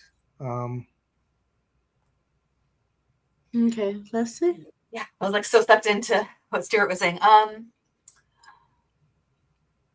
a minute. Yeah, they just don't make any. I don't know if it's because the experience of drinking blood is such like an erotic experience that I kind of wonder about the origins. Like, did they feel like it was just too much, and so it must be like put in check? Or maybe this kind of lends to eventually what Akasha does, right? She's like, there's too many of them, not just men, but like vampires. And their practice is a way to keep themselves in check. Like they need the rituals, because living for an eternity is like a hard existence, because you see just everyone that you care about will die. Yeah. If you do decide to care about anyone, which is kind of part of it, right? It's like keep everyone at arm's length. You have to do these rituals. So I don't know if it has to do with more like of sustaining oneself, and they think that they could only do that through like painful experiences. I don't know. I don't fully understand myself. See, to me, what didn't make sense with the Children of Darkness, I mean, I get that whole hoo-ha, Santino and Alessandra, look at us, we're the old ones, we're the leaders, and eventually you walk in the fire. like the nut job who created Lestat. What I didn't get is why they were killing innocent people. I mean, Marius and the others were all going for the evildoer. And as cold as it sounds, and having worked in social services, I mean, not everybody who's a criminal is like a done deal and should be written off. But at least Marius and the others were going for the evildoers. These children of darkness were living in stinky, rotten places. They had all their rituals, but they were going out being nut bars, just killing anybody who crossed their path. Mm-hmm. And creating more and more vampires along the way. And I'm like, for everything that you could say about Marius, and I mean, literally, you could fill a book in several, he was about keeping the vampire numbers down, even though he was, you know, pretending to be human and wanting to be in the human world, whereas these other ones look like really filthy, gnarly things. And when Marius went for his victims, he tried to make it, well, I think, like you said, the word, Leslie, kind of a pleasant experience, right? They sent that, and that ties to your point, Stuart, of they'd send that mind thing to the individual so that they weren't terrified when they were dying. Whereas the children of the night are just like Nosferatu tenfold. Like they're just out there running rampant in the night. And that's what like, I don't know why Rice wrote them that way. You know, I mean, like Armand. The coin or something. Yeah, exactly. I mean, Malachi, holy geez. Yeah, maybe she was talking to King about what to do with her vampires, because even Barlow isn't as early as the children of darkness, and Barlow is like, dark. Only go for the good, pretty ones and torture them all. Like, that's how you get to not heaven that we don't get to go to anyway. Like, yeah, well, that's what happens when you have a lot of warped kids and the adults are warped too. And you just keep it going for generations. But see, there's the thing. Why, when they knew they could just walk out in the sun and be done with it? Like, why were they creating new vampires? Why were they creating covens? They could have just wiped themselves out and be done with it. You know, like some people in a certain white building down south of where I live. I'll just put that out there. Do the world a favor for the highest good. I'm not building karma for those shitheads.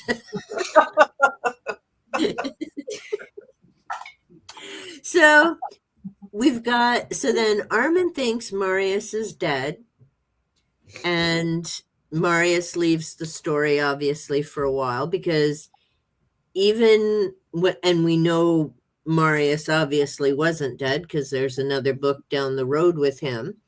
But Armand believes he's dead. He's become the Grand Poobah in Paris. He's got his coven. Enter Louis, Claudia, and Lestat, who shows up all burnt and gnarly.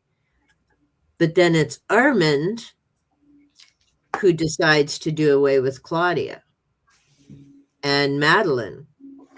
And then that creates a whole brouhaha. And then we've got Louis. I think it is Louis and Armand that leave together, right? And then Lestat's by himself again, which is never good for anybody. Because then he just sits somewhere and comes up with another dumb plan to just up the ante. He got bored, so you know. Exactly. I need me a friend. Like, don't leave people with your own thoughts when you know they're bonkers.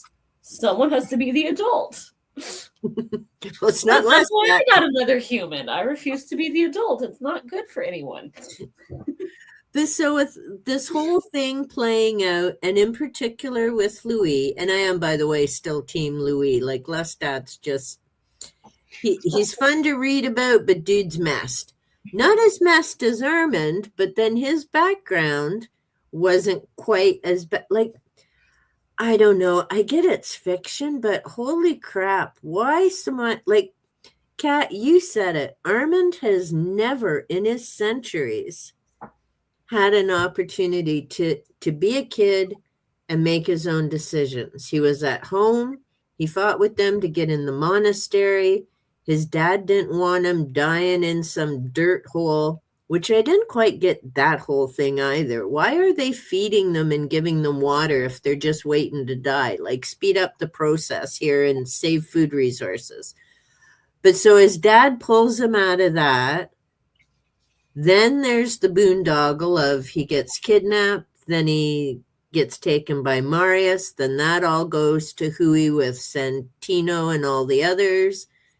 Then he's in Paris, and then he ends up with Louis, and then we hop centuries, because like you said, Stuart, there's some things that are like minute deep detail, the whole putting scene in the bathtub, and then we hop centuries to New Orleans and the veil and stepping out in the sunshine.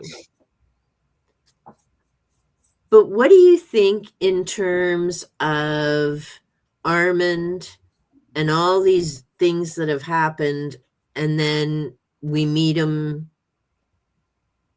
just before we get to Marius and his choices and the tale wraps up? What do you think of Armand as a character and all this being captured and tortured and 17 years old, but the strength of, Hercules and then some? Anybody? All right. I'm so worried I'm going to forget the question you're asking me, but I just have one more thing to add, and then I just realized something because you were the previous question, and it just hit me. The children of the Corn? Children of darkness. They actually function like a pyramid scheme MLM. I just realized that. Oh my gosh. Which is the biggest vampiric system of all. Good point. Oh, jeez. Yeah, All of us look at pudding the same way again. Oh, sorry. Thankfully. My bad. Just don't shape it as certain things. That's the American system, anyways. We're a hot mess over here. We're a bunch of vampires over here. Sorry, I had to get that out because I thought about it. No, that's okay. You've been to my lives. Nothing goes in order here. This is far too streamlined. I'm feeling uncomfortable. The thought creeped in and I had to get it out. No, I do the same. So we're all good. We can, if there's thoughts that come up about something we've already discussed, please do share them. This is the bonus to having people to chit chat with, because I'm listening to all of you and things are coming up in my mind about the story too. Yeah. Why did Marius never go back for Armand? Like, there's no way he didn't know he was alive. Like, I know, he made him so he can't read his mind or nothing, but you can't tell me 2,000-year-old vampire doesn't have some connections to figure out, hey, this powerful thing, he's got to be one of mine. Like, was it just, oh no, he's got a new daddy now, so I'm not bothering with that? Or like, Blood and gold. What the heck? Blood and gold will answer the question. And I only know that because, again, I've read ahead, because that was really bugging me the whole time too, is you've got this relationship, you've turned him into a vampire, you're saying that, it's more than just lust, and yet you don't tell him you're still alive. Mm-hmm. But that comes up in Blood and Gold, and that's all I'm saying. I didn't read Blood and Gold, but I also want to add, don't they have the vampire telephone party line? So couldn't he have read a bunch of other people's like minds Mhm. to find where Yep. Armand is. But yeah, anyways, but I'm And sure then I'll just also have wait to answer. centuries and goes, oh, well, so this is awkward. I've been alive the whole time. Hey, Yeah. kid that I banged a couple hundred years ago when you were an even smaller kid. What's up? Wait, I hooked up didn't with your they? friend though. Now I need to double check. Did they not meet in Memnoch? Akasha? Was Armand at that big meeting? Yes, because And remember, yeah, that's where he's like, oh, hey, you're alive. Okay. Where okay. you been, dude? You told all the secrets to this guy that you didn't know, but you abused me and told me nothing? Like, that you introduced them. What the heck? I was supposed to be the special boy. Yeah, and so see, that comes up in a couple books ago. That should have been explained more. Yeah. Mhm. Like that was a big, I would think that would have been a big scene. Armin discovering that Marius is alive. That would have been a throwdown. Like, you would have taken out your family when you went to go see him. I would have taken out Marius if I was Armand. Really? You don't come find me and then you hook up with a stat and lead me to, Children of the Corn cults? Always go time. One of us is meeting the maker again. But see, that's true, is that would have been an important scene to write about, was their reunion. And the fact that I had to ask, either my mind's mush and I'm not going to discount that, could be a possibility, but I don't remember a big scene with them meeting. It was just kind of brushed off and okay, Lestat Akasha back on stage. You two go work it out behind the curtain.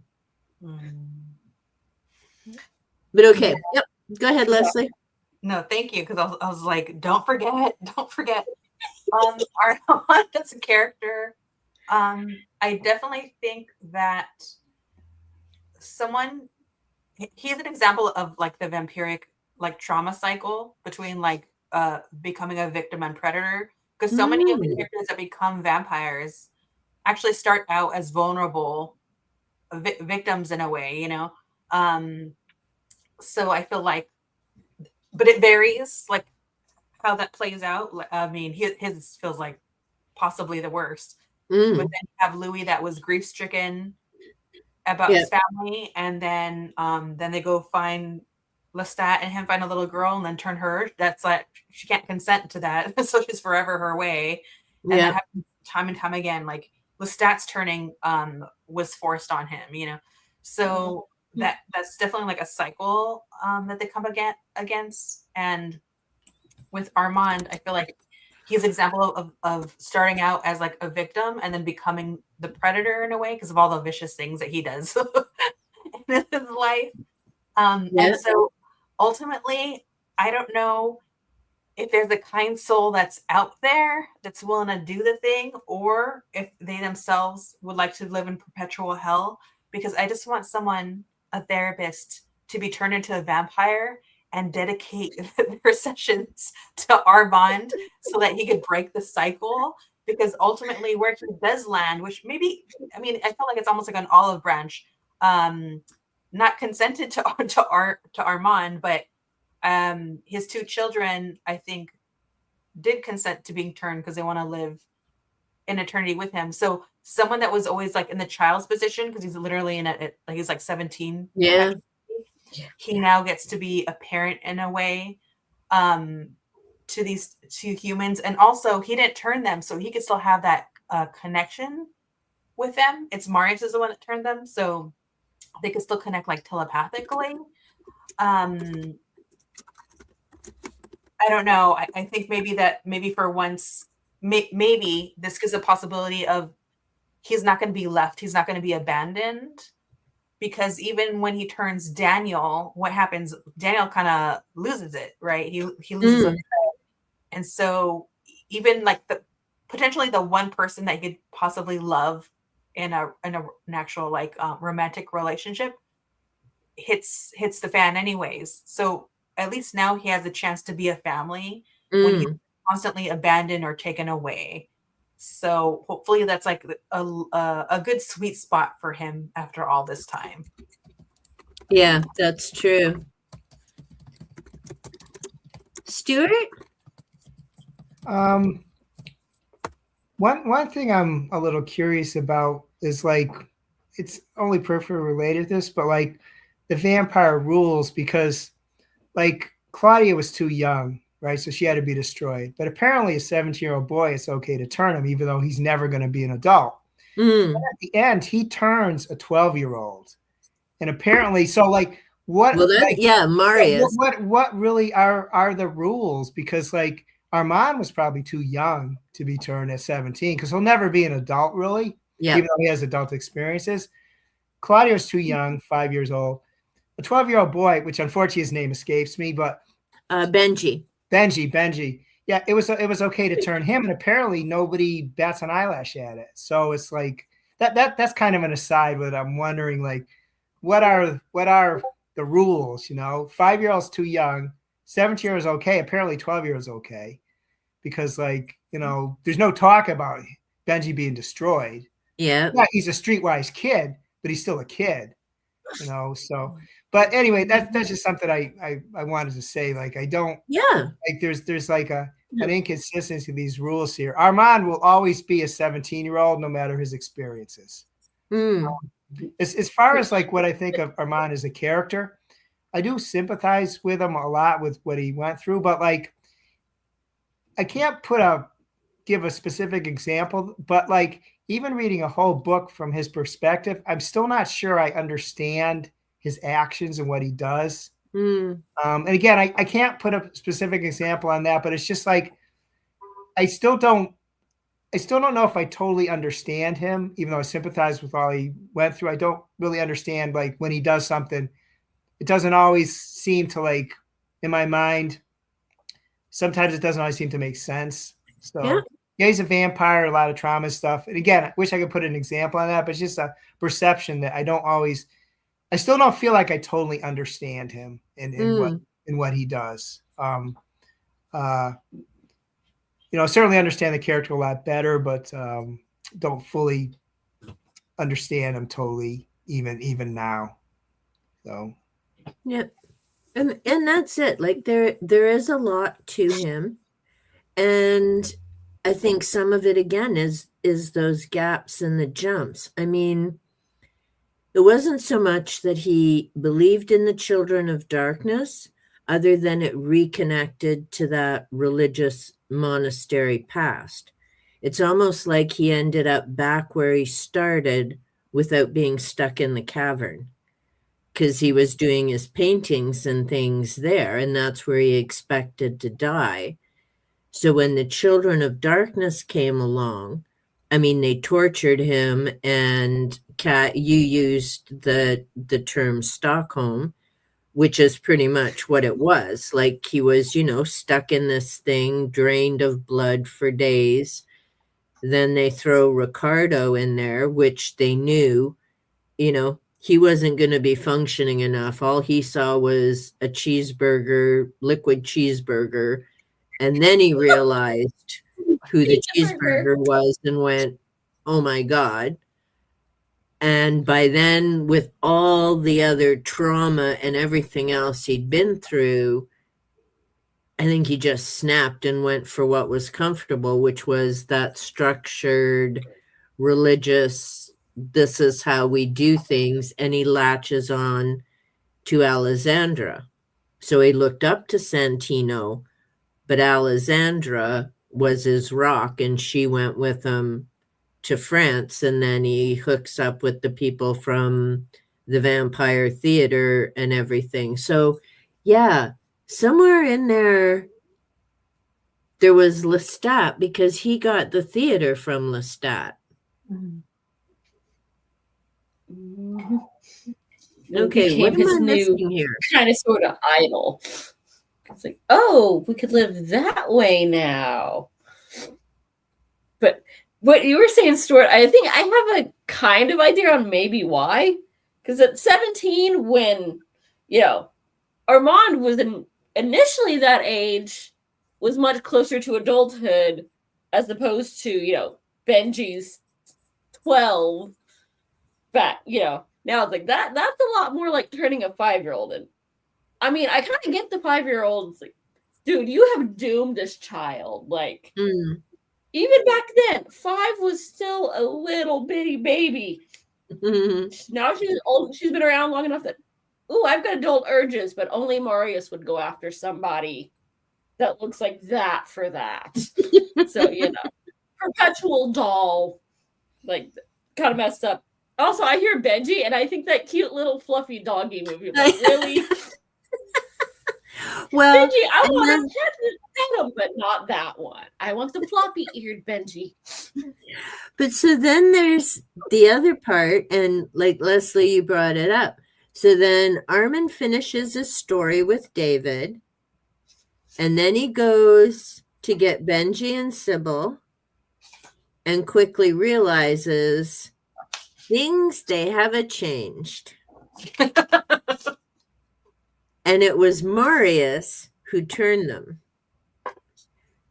And again, that whole savior complex with Marius of, oh, look, now I've helped Armand have a family. And I've done this for Marius. And I agree, Stuart. And that's one thing that irritated me as well, is Benji's only 12.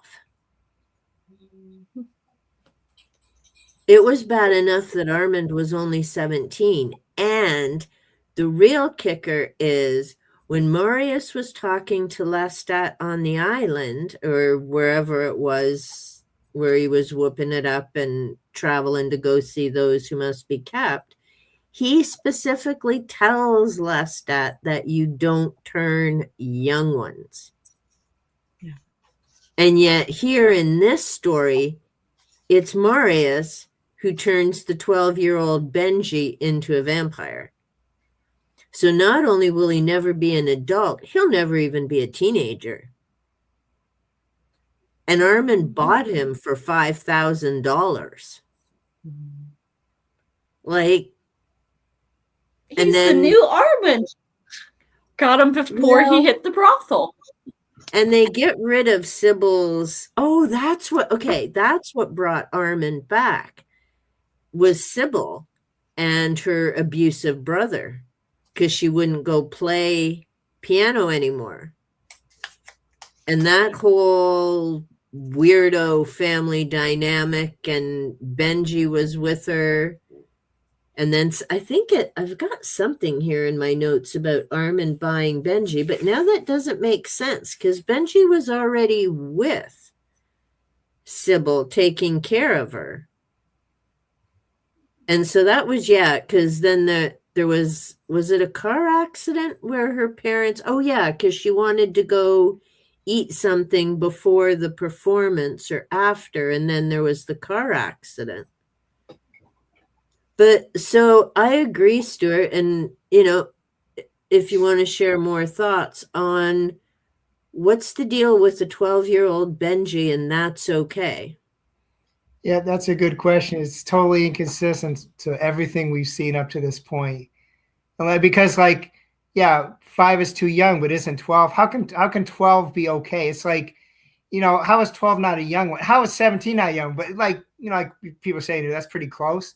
But 12, how can 12 not be considered a young one? And why, somebody who espoused that belief is the one who turned them? And it's like, when Armand, if I recall correctly, said he wouldn't do that to them. He wasn't going to condemn them to that. And then he comes back and Marius does. And going back a little early, what you guys said, I didn't think of it at the time, but when Armand reconnected with Marius, discovered Marius alive, should have been either anger, should have been either really happiness or some combination. It should have been a strong reaction.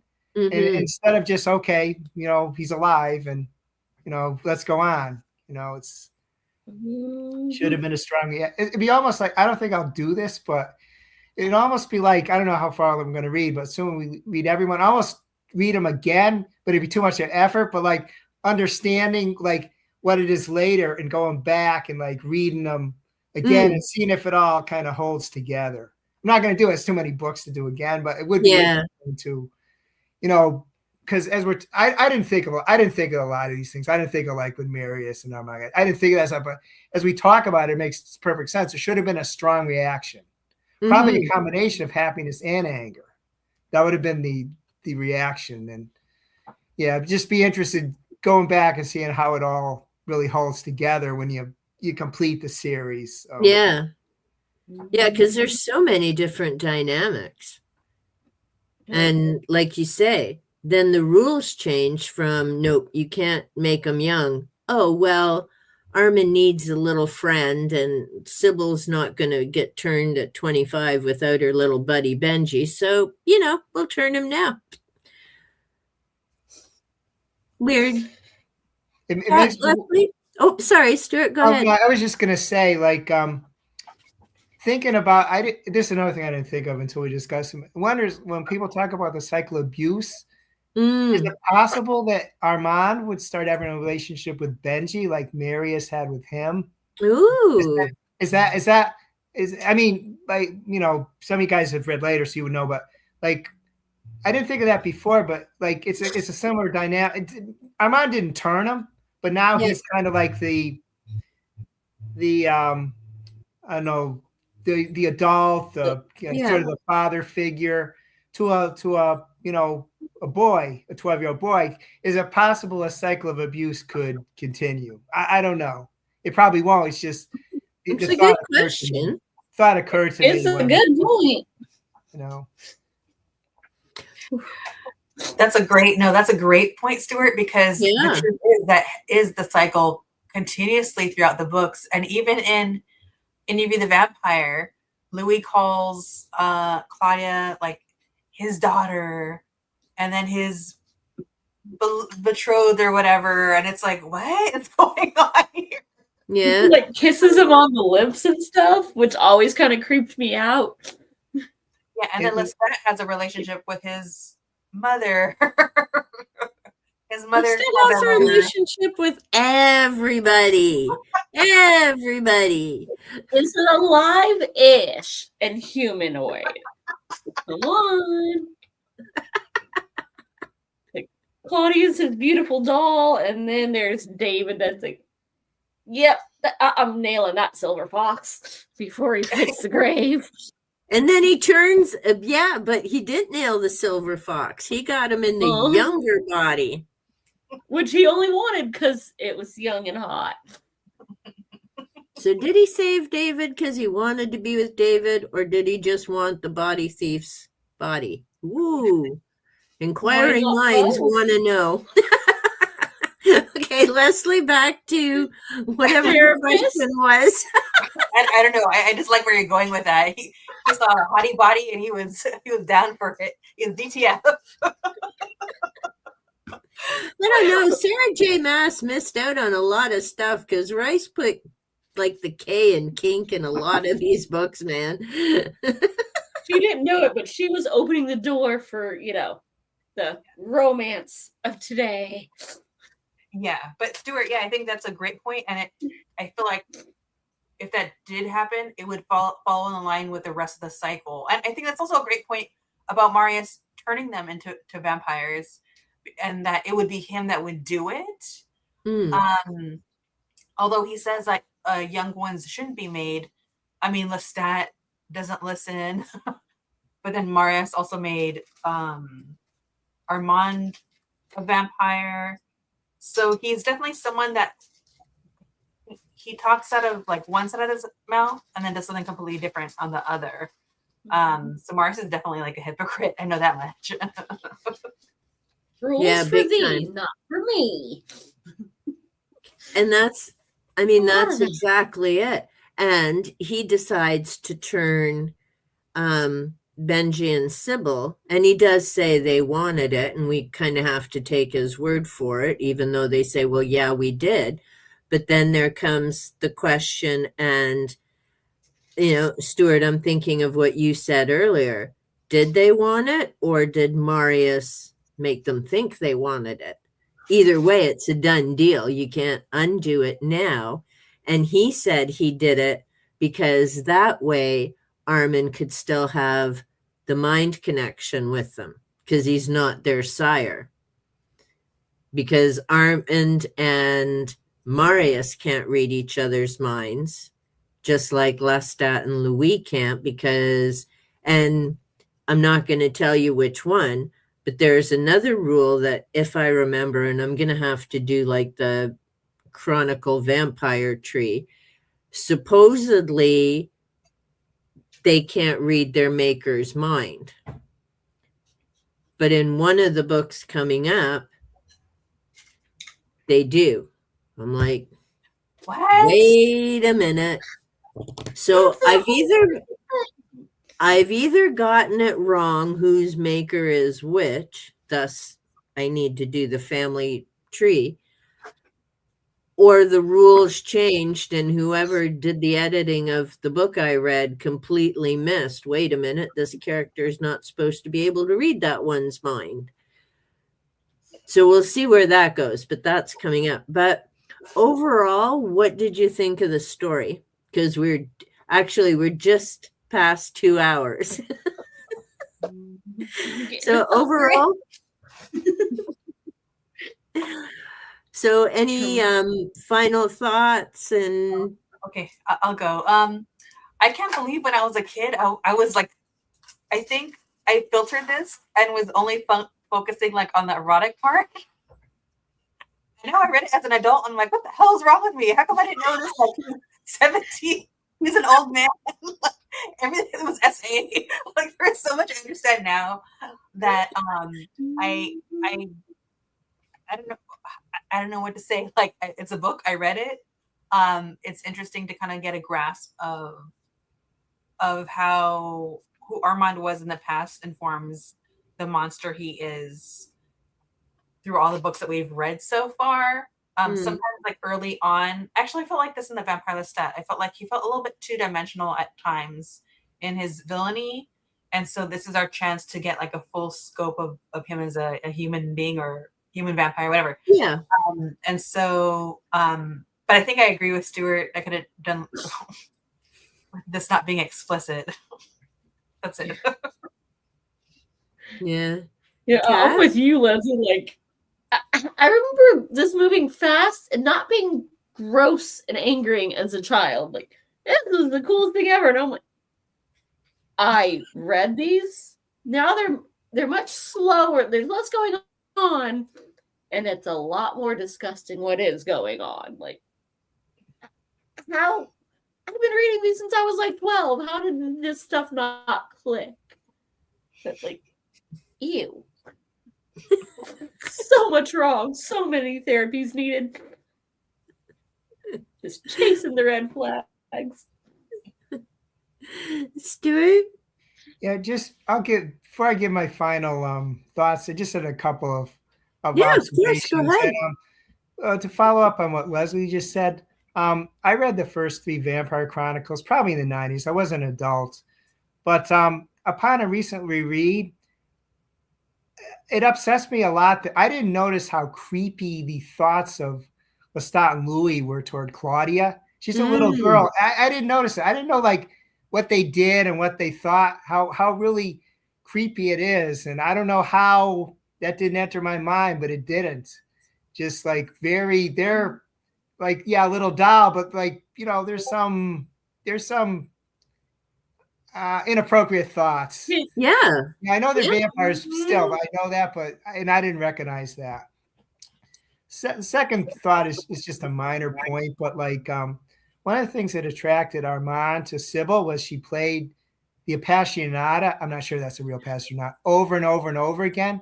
Yeah.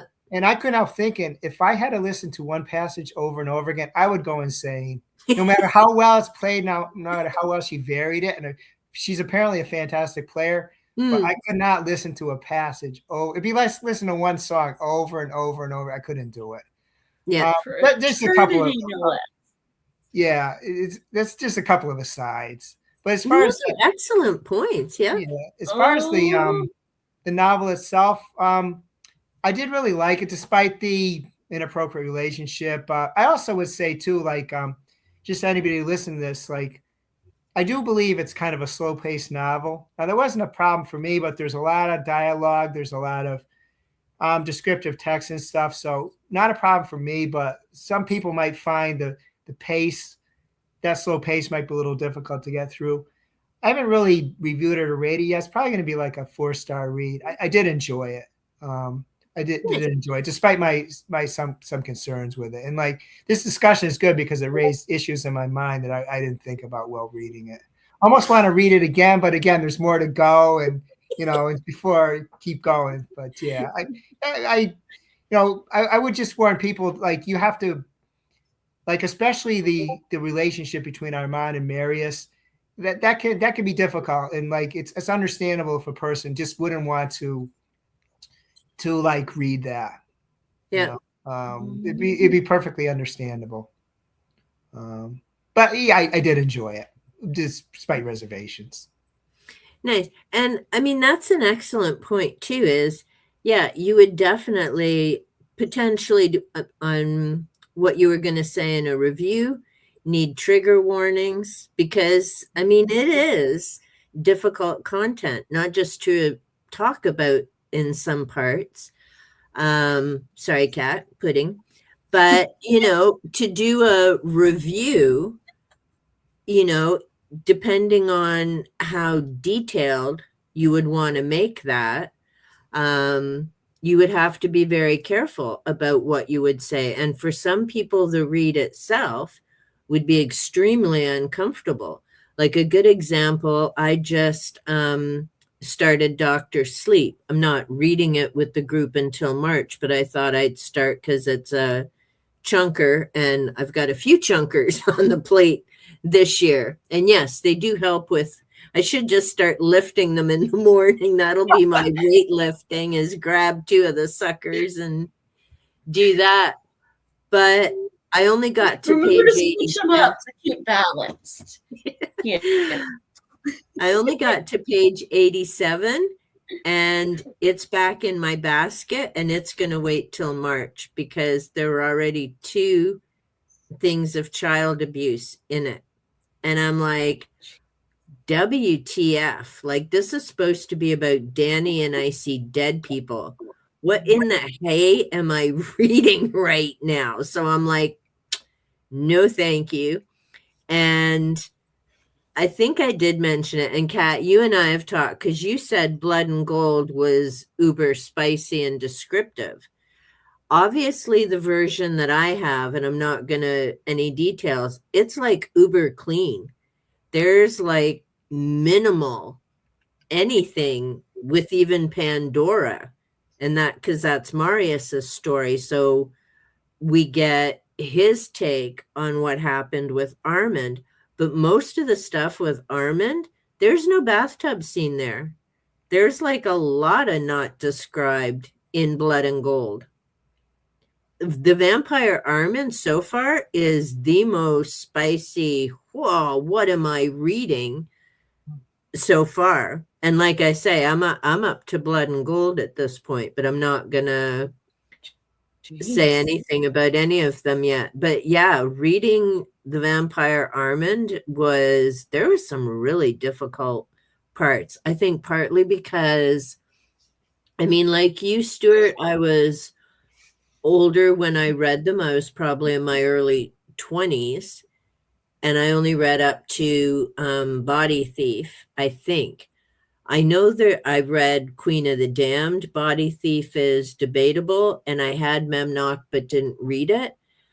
But there are stuff reading it, I think, not just because I'm in my 60s, but because with so much in the world and so much has changed in the world, that stuff is really jumping out from the books. And in particular, her whole back and forth with religion.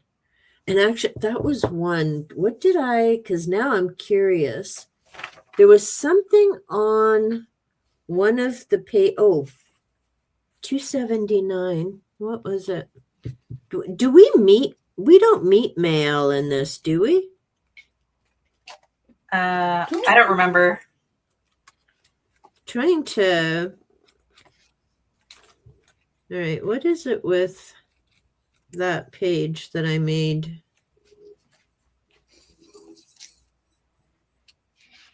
I'll have to double check. All I've got highlighted there is "You Are Hell's Child." So I wonder if this is him with oh, Marius served the devil with no regard to the wishes of God and the mercies granted us by God, that rather than burn in the flames of hell, we rule in the shadows of the earth. Okay, this has to do with the children of darkness. And so how they think Marius was serving the devil, I mean, he had a thing for younger individuals. But again, like he went for the evildoer. He didn't just kill willy-nilly randomly. I think that's what, like, it just... Didn't the children of darkness see the arts as the devil? I think so. I'd have to read the anything whole thing pleasurable again. Anything pretty or good was like blasphemy or something. Well, and to try and to connect... Weird. Yeah, well, to connect with the humans, they thought was wrong. They should be separate and not even associating with humans. So yeah, that wasn't about Mael. But for some reason I've got about the Norse pagan vampire and Marius.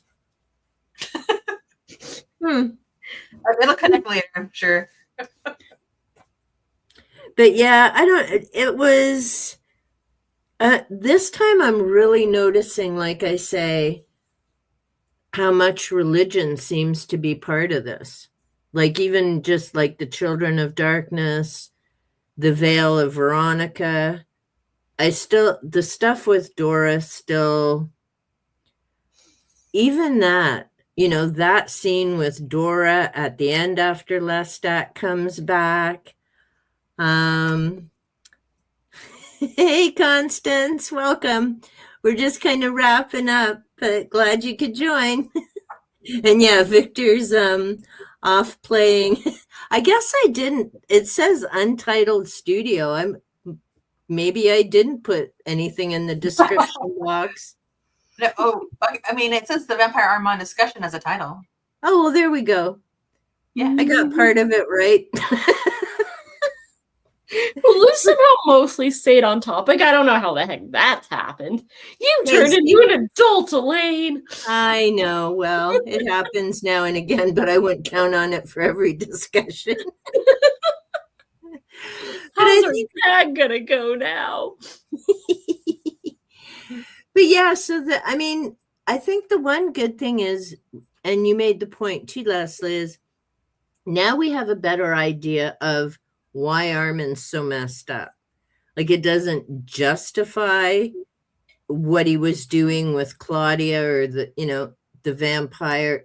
And again, he's got a little boy at the theater who's human. Yeah. But he feeds off him. As far as we know, that's all he does. But we don't entirely. Well, laundry and things are important to do. I have Papa Dragon to do the laundry, but I'll have to vacuum at some point. He likes doing the laundry. He's really discovered that. But yeah, there are some things, like between the scene with Dora, between the scene in this book with Marius and Armand, like, I don't know if she just got jiggy with stuff sometimes and put it in the book, and because it was Anne Rice, it still blows my mind how her books never got banned. yeah, it's under the radar. Depending on who's running things, I mean. Yeah, but look at the world. It might have just been giving people ideas. Some of her, okay, when are the latest ones? 2014. Oh, there was a big jump. 2010s, I believe. well, Blood and Gold I have is 2001, Blackwood Farms 2002, Blood Chronicles 2003. And I mean, they've been banning books for a long time. And does her stuff, is it called erotica, or is it just fiction? No, she has a different name that she writes, like, in your face. Yeah, this is erotica. And Okay, but There's a whole Sleeping Beauty trilogy. But Vampire Chronicles didn't fall under that, did they? They were just fiction, I think. And I mean, okay, Sarah J. Maas, those are 10 years old. Well, those are 10 years old because ACOTAR was 2015. And then the others are newer, which is why it's the whole big brouhaha. And mind you, that stuff it's pretty graphic. Like, it's more like a manual without the pictures in some parts. Now, Stuart, you're on book 3, right? With I didn't start book 3 yet. I borrowed it from the library, but I had to return it. I do hope to read it soon. I made a mistake too, as far as like the Vampire Chronicles. I thought we were going to discuss Vampire Armand and Merrick. So I was reading Merrick right now. I'm almost done. So that's why I was putting a priority in that. But yeah, I will soon hopefully start the third ACOTAR book. Yeah, I bought it from the library, but then normally the library does automatic renewals a couple times, but apparently, not surprising, that book must be in demand. So they only let me go the 21 days, and then I had to return it. And that's happened with me sometimes too. And I had thought about doing Merrick with this discussion, but I think because we had spread some stuff out through the holidays and everything in life, we had just done Armand this one. But so since we're all together and this is easier than Voxering, shall our next live stream be Merrick and Blood and Gold? And we're now February. So March, April. Shall we plan for May to do those 2 books? Does that give everyone enough time to read Merrick and Blood and Gold? That sounds good. You're okay? That's a good timeline?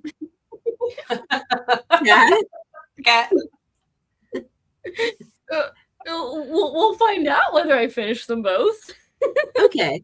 Well, either way, you can be part of the discussion. I mean, we're just kind of chit-chatting, so it's not like homework. You better have it done on time stuff. Stuart, is that good for you? Yeah, especially because I'm almost done with Merrick right now, so that works well with me. And I'll just have, not a spoiler or anything, but there's some disturbing stuff in Merrick too. That I'll just say that and leave it. And yeah, because it was great for me because I'm almost done with Merrick. So yeah, perfect. So reading Blood and Gold would be, by May would work great.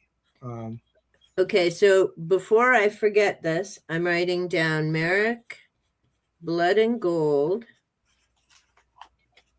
And we'll plan the live stream early May. Sure. Does that for me? Okay, so live stream early May.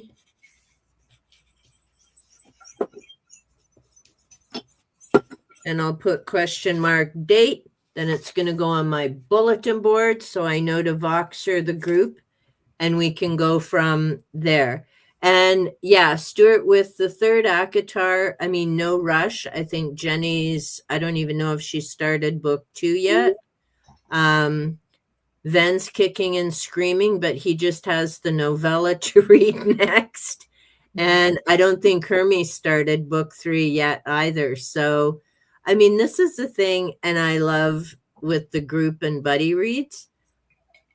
We just kind of, when we get them done, we get them done. And then when we can have a conversation, we have a conversation. Like, it's not, you better be done by this week or else. And I mean, we can always, and I've only read ahead because, well, when I set up the group, so I should probably have the books read on time, just for shits and giggles. But I also have my huge basket of vampire books that I need to bust a move to get my vampire series done, which is starting. Well, I have the intro, and then I have to make sure I have Paula Dory read, and then that's going to keep going every 2 weeks. So it's like, all right, I got the chunky monkeys, I got the vampires. I got to bust a move and get a little ahead on a few book readings here. But so before we wrap up, let's go around and just share, what are you currently reading, Leslie? Oh my goodness. Oh my goodness. What I'm currently reading is Another Country. I should have been done with this, but then I had to put it down, by James Baldwin. This is the last book I'm reading for the Vampire Lestat's bookshelf. And so this prompt it's kind of more related to the fact that the AMC adaptation, which is Lestat Loves Louis, but although he's Creole, he's portrayed by Jacob Anderson, so it's more about like race relations, and this also takes place in France. And so I just wanted to bring in France, but also specifically the dynamics of the relationship that are explored on the show. And so I just decided to read Another Country by James Baldwin, because that's basically what that's about. And that will be the last book for Lestat's bookshelf. So I'm just happy to read this and then take a break from a readathon for a month, because I've been reading some doozies, some bricks, and I don't do bricks. So it's kind of shocking that I'm here.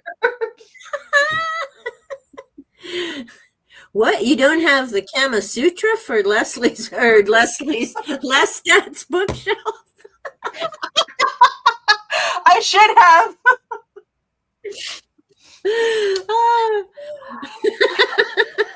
You gave me some idea. I do. Actually, I will answer this honestly.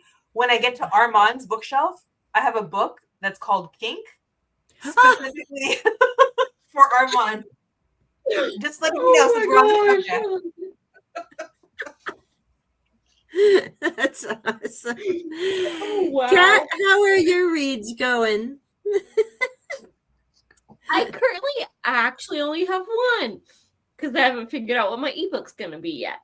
But I have Snow White and the Seven Samurai. Oh. By Tom Holt, and it's all the freaking fairy tales just kind of jumbled and messed up. Like, we've got the 3 pigs trying to fight the dwarf, or the big bad wolf, who was somehow turned into the princess and the frog, and we've got some 3 blind mice messing with the wicked queen, and I love it though, because it's a very slow read. Like, I haven't full on cackled at this, but it keeps making me smile because it's very punny.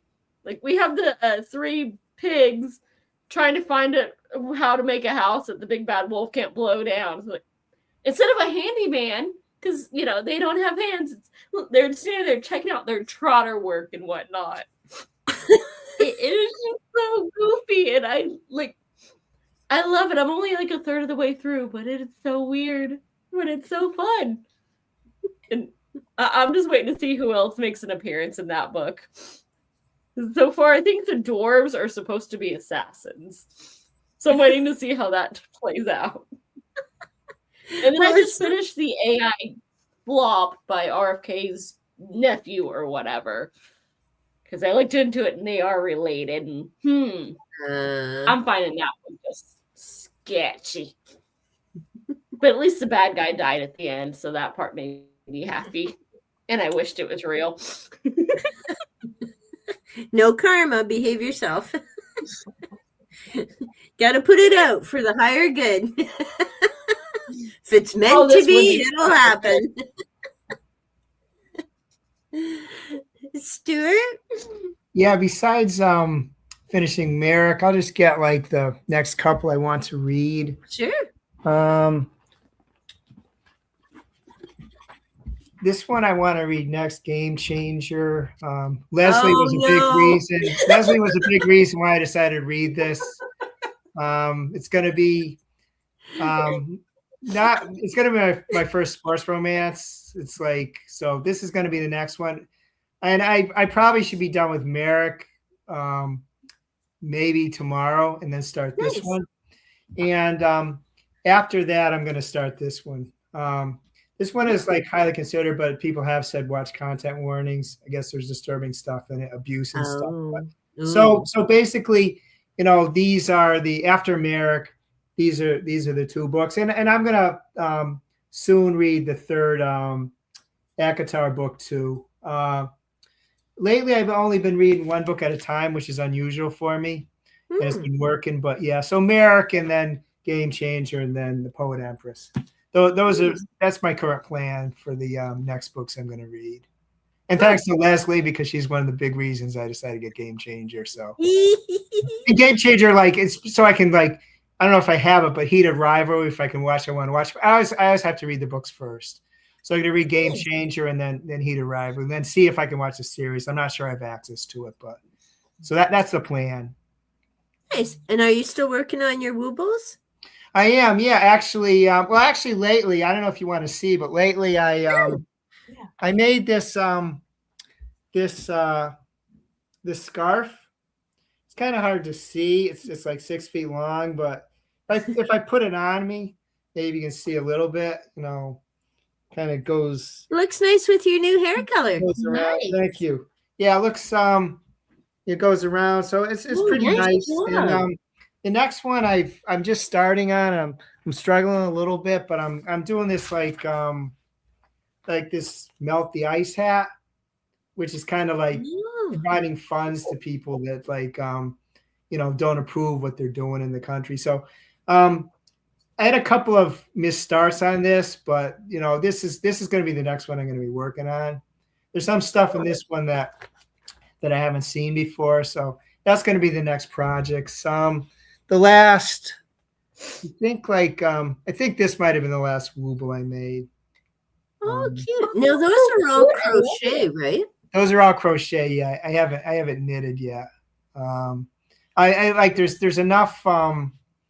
There's enough I still got to learn crocheting that I'm happy doing it. So if I reach a point I want to try knitting, I will. But at this point, I'm very happy doing the crocheting. So that's what I'm doing. This one took a long time, but I'm happy with it because like it's a difficult stitch, but it's like you kind of keep doing it and do 9, then you chain a couple in turn, do 8 and stuff. So it's like very relaxing. You can you just kind of do it. So I like making this one. So it was it took the longest of anything I've done, but it's not really the hardest. So yeah, that's what I've been doing. And this one took a long time. So I'll certainly get back doing the Woobles, but that's just what working on. I alternate the Woobles, and I have a book called Everyday Crochet: The Complete Beginner's Guide by June Gilbank, and I'm going through the patterns on that one. And the scarf was the latest one. It's a puff stitch scarf, so it was the latest one. So yeah. Cool. Now, Leslie, have you been doing any? Because you crochet as well. Yeah, no, I need to dust off my needles, my hooks. Stuart, I haven't made anything in a while. Actually, I did for like around Christmas time, and I realized how out of practice I am. It is not like riding a bike because I tried making some things and they turned out real bad. Or I tried making a beanie. I had to like take it apart like twice. Oh no! To get it right. So I need to get back in gear. Is what Stuart is reminding me of. It's like I wouldn't. It's just something like crocheting in videos too made me realize I have a need to create. So yeah, it's like it's not like I just keep doing it. It's like I've been doing it a little better part of 2 years. Yeah. So yeah, I definitely like, even now, sometimes when there's a stitch that I haven't done for a while, I got to try to remember how to do it. Because it's not necessarily like, right. It's like people talk about being cozy and it's enjoyable, but it's not always cozy. It can get pretty complex, So yeah, you definitely have to keep up with it, I think. Wow.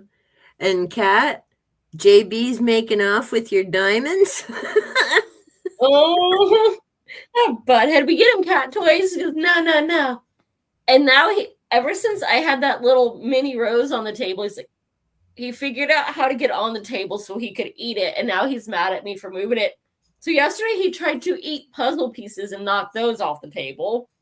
So I put all that up and I just have my little like diamond art. It has like a little bag for your tray and your pin and whatnot. I have like one packet of diamonds.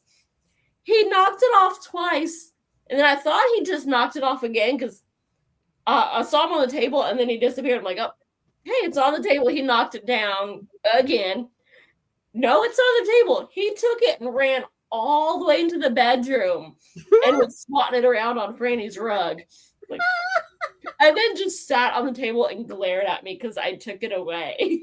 Like, no, this is going on the bookshelf where you can't get it now, you butthead. You have a cat toy, but no. He doesn't want that. He lays on it and occasionally thumps it and then forgets it for 3 months. But anything on that table now, that is the new cat toy, and I am evil because I don't let him eat my puzzle pieces and plastic diamonds. Butthead. He's lucky he's cute. See, which is why he glared at me earlier and while he was snuggling other human, which he never does. His mom was mean. Well, see, the diamond pieces would be shiny. But they're just like little plastic things. They're not really shiny. They're just really? Nope. You gotta put like a little glue thing to hold them together, and that gives them a shine. But they're just plastic.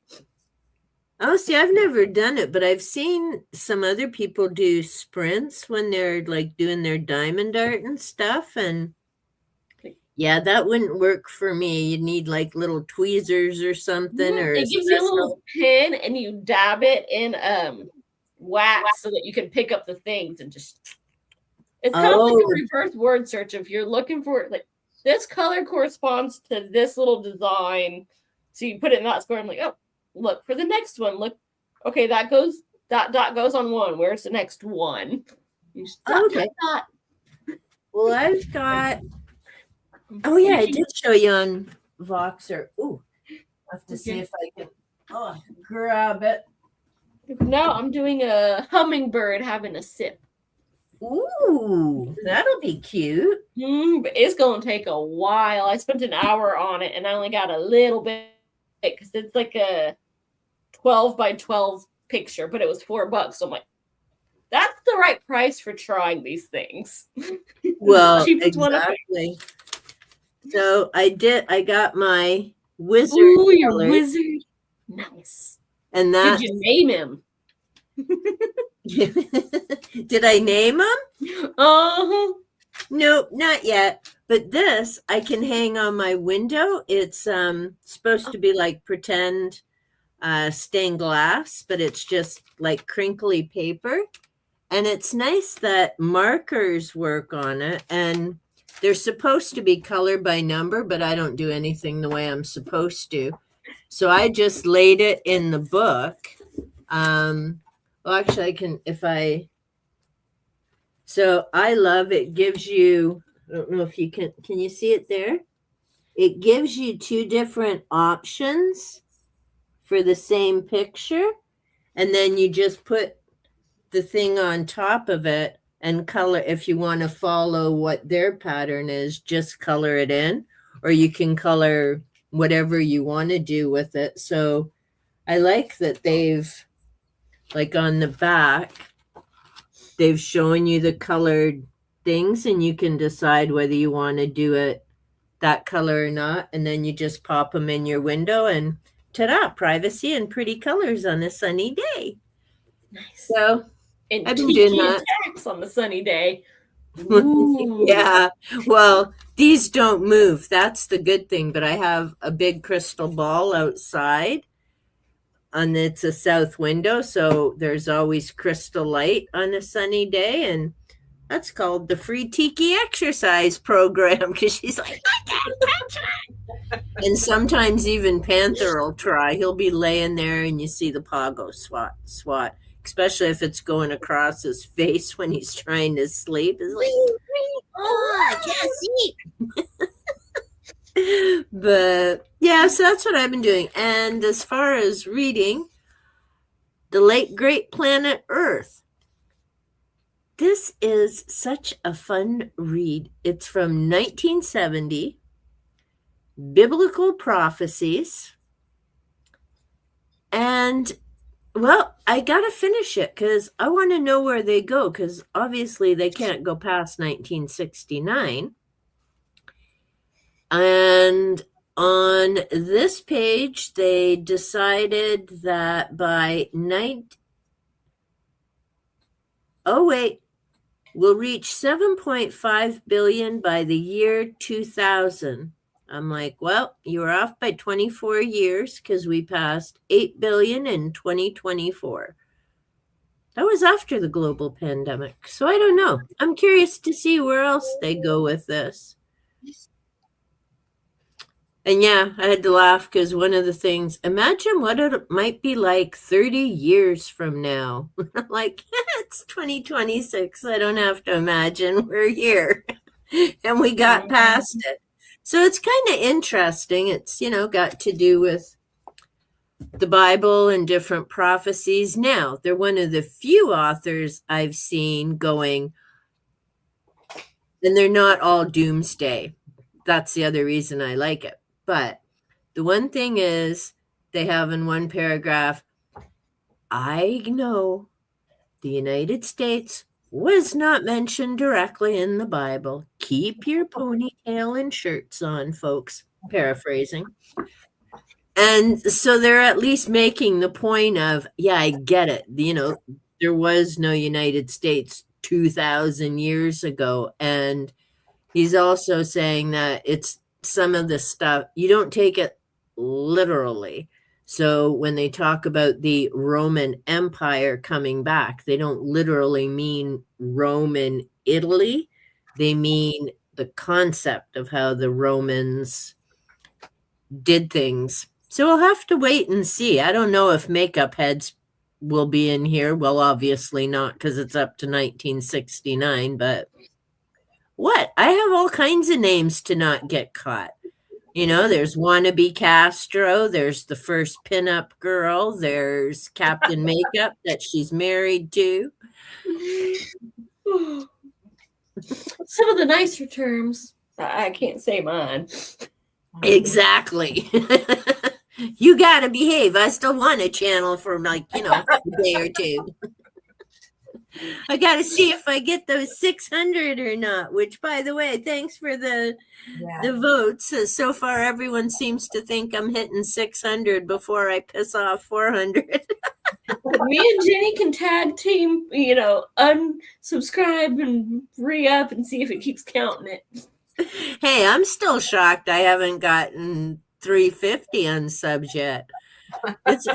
April will be 4 years. Yeah. I'm much better at pissing people off than that. I can do that in like a room in under 10 minutes. Let me just say my actual thoughts. I'm sure I can get rid of plenty. Well, see, I say mine. That's why I edit before I upload, Kat. It's like, well, maybe the public doesn't need to hear that. Yeah, this gives it away. Thankfully, a lot of people are, incapable of reading. Well, and today I found out it was funny because while Bob was doing the shopping and that, and he came home and he's like, oh, so-and-so says hi. And I'm like, oh, cool, hi. It's one of my former students. And they were chit-chatting while she was checking him out at the grocery store, not checking him out like eyeball checking him out. Thought I better clarify that after talking about Armand. Anyhow, turns out she subscribed to my channel, told one of the other students they better subscribe too. They both been watching my videos, but neither one of them comments. I'm like, seriously? Help a girl out. Exactly. It's like, oh my goodness. But it was nice to know that they're watching. And of course, now I need to, all right, I got grads watching. Keep the crazy in the head. They're graduated now. It's fine. That's okay. They know what I'm like. They've seen me in person without the editing. I'm fine. Offline side of lane. The spicy girl. Which one? But hey, so May is Merrick and Blood and Gold. And what I will tell you, because I've read ahead, is Blood and Gold, not as spicy as the Vampire Armand. All I'm gonna say. But thank you so much, everyone, for joining. Now, any last thoughts on Armand, upcoming reads? No, just thank you for having me on. It's an absolute delight to spend time with the three of you. It has been fun. I love your little dances back there getting so happy. Leslie loves her boom chicka wawa. Hockey stick. Especially the hockey ones. Getting heated. Stuart will find out. Yes. Yeah, we'll have to see, Stuart. You let me know if that book's worth it. I'm not reading it. I read 1/4 Wing, and that was it. I've read Akatar and reread. There will be no more Sarah J. Maas in my future. No Throne of Glass. No Crescent City. I'll let other people read it for me, and I'll watch their book reviews going, okay, it's one less I need to read. But I am curious because, yeah, Leslie does her happy dance whenever them hockey player dudes get mentioned. Now we got to know what's in those books.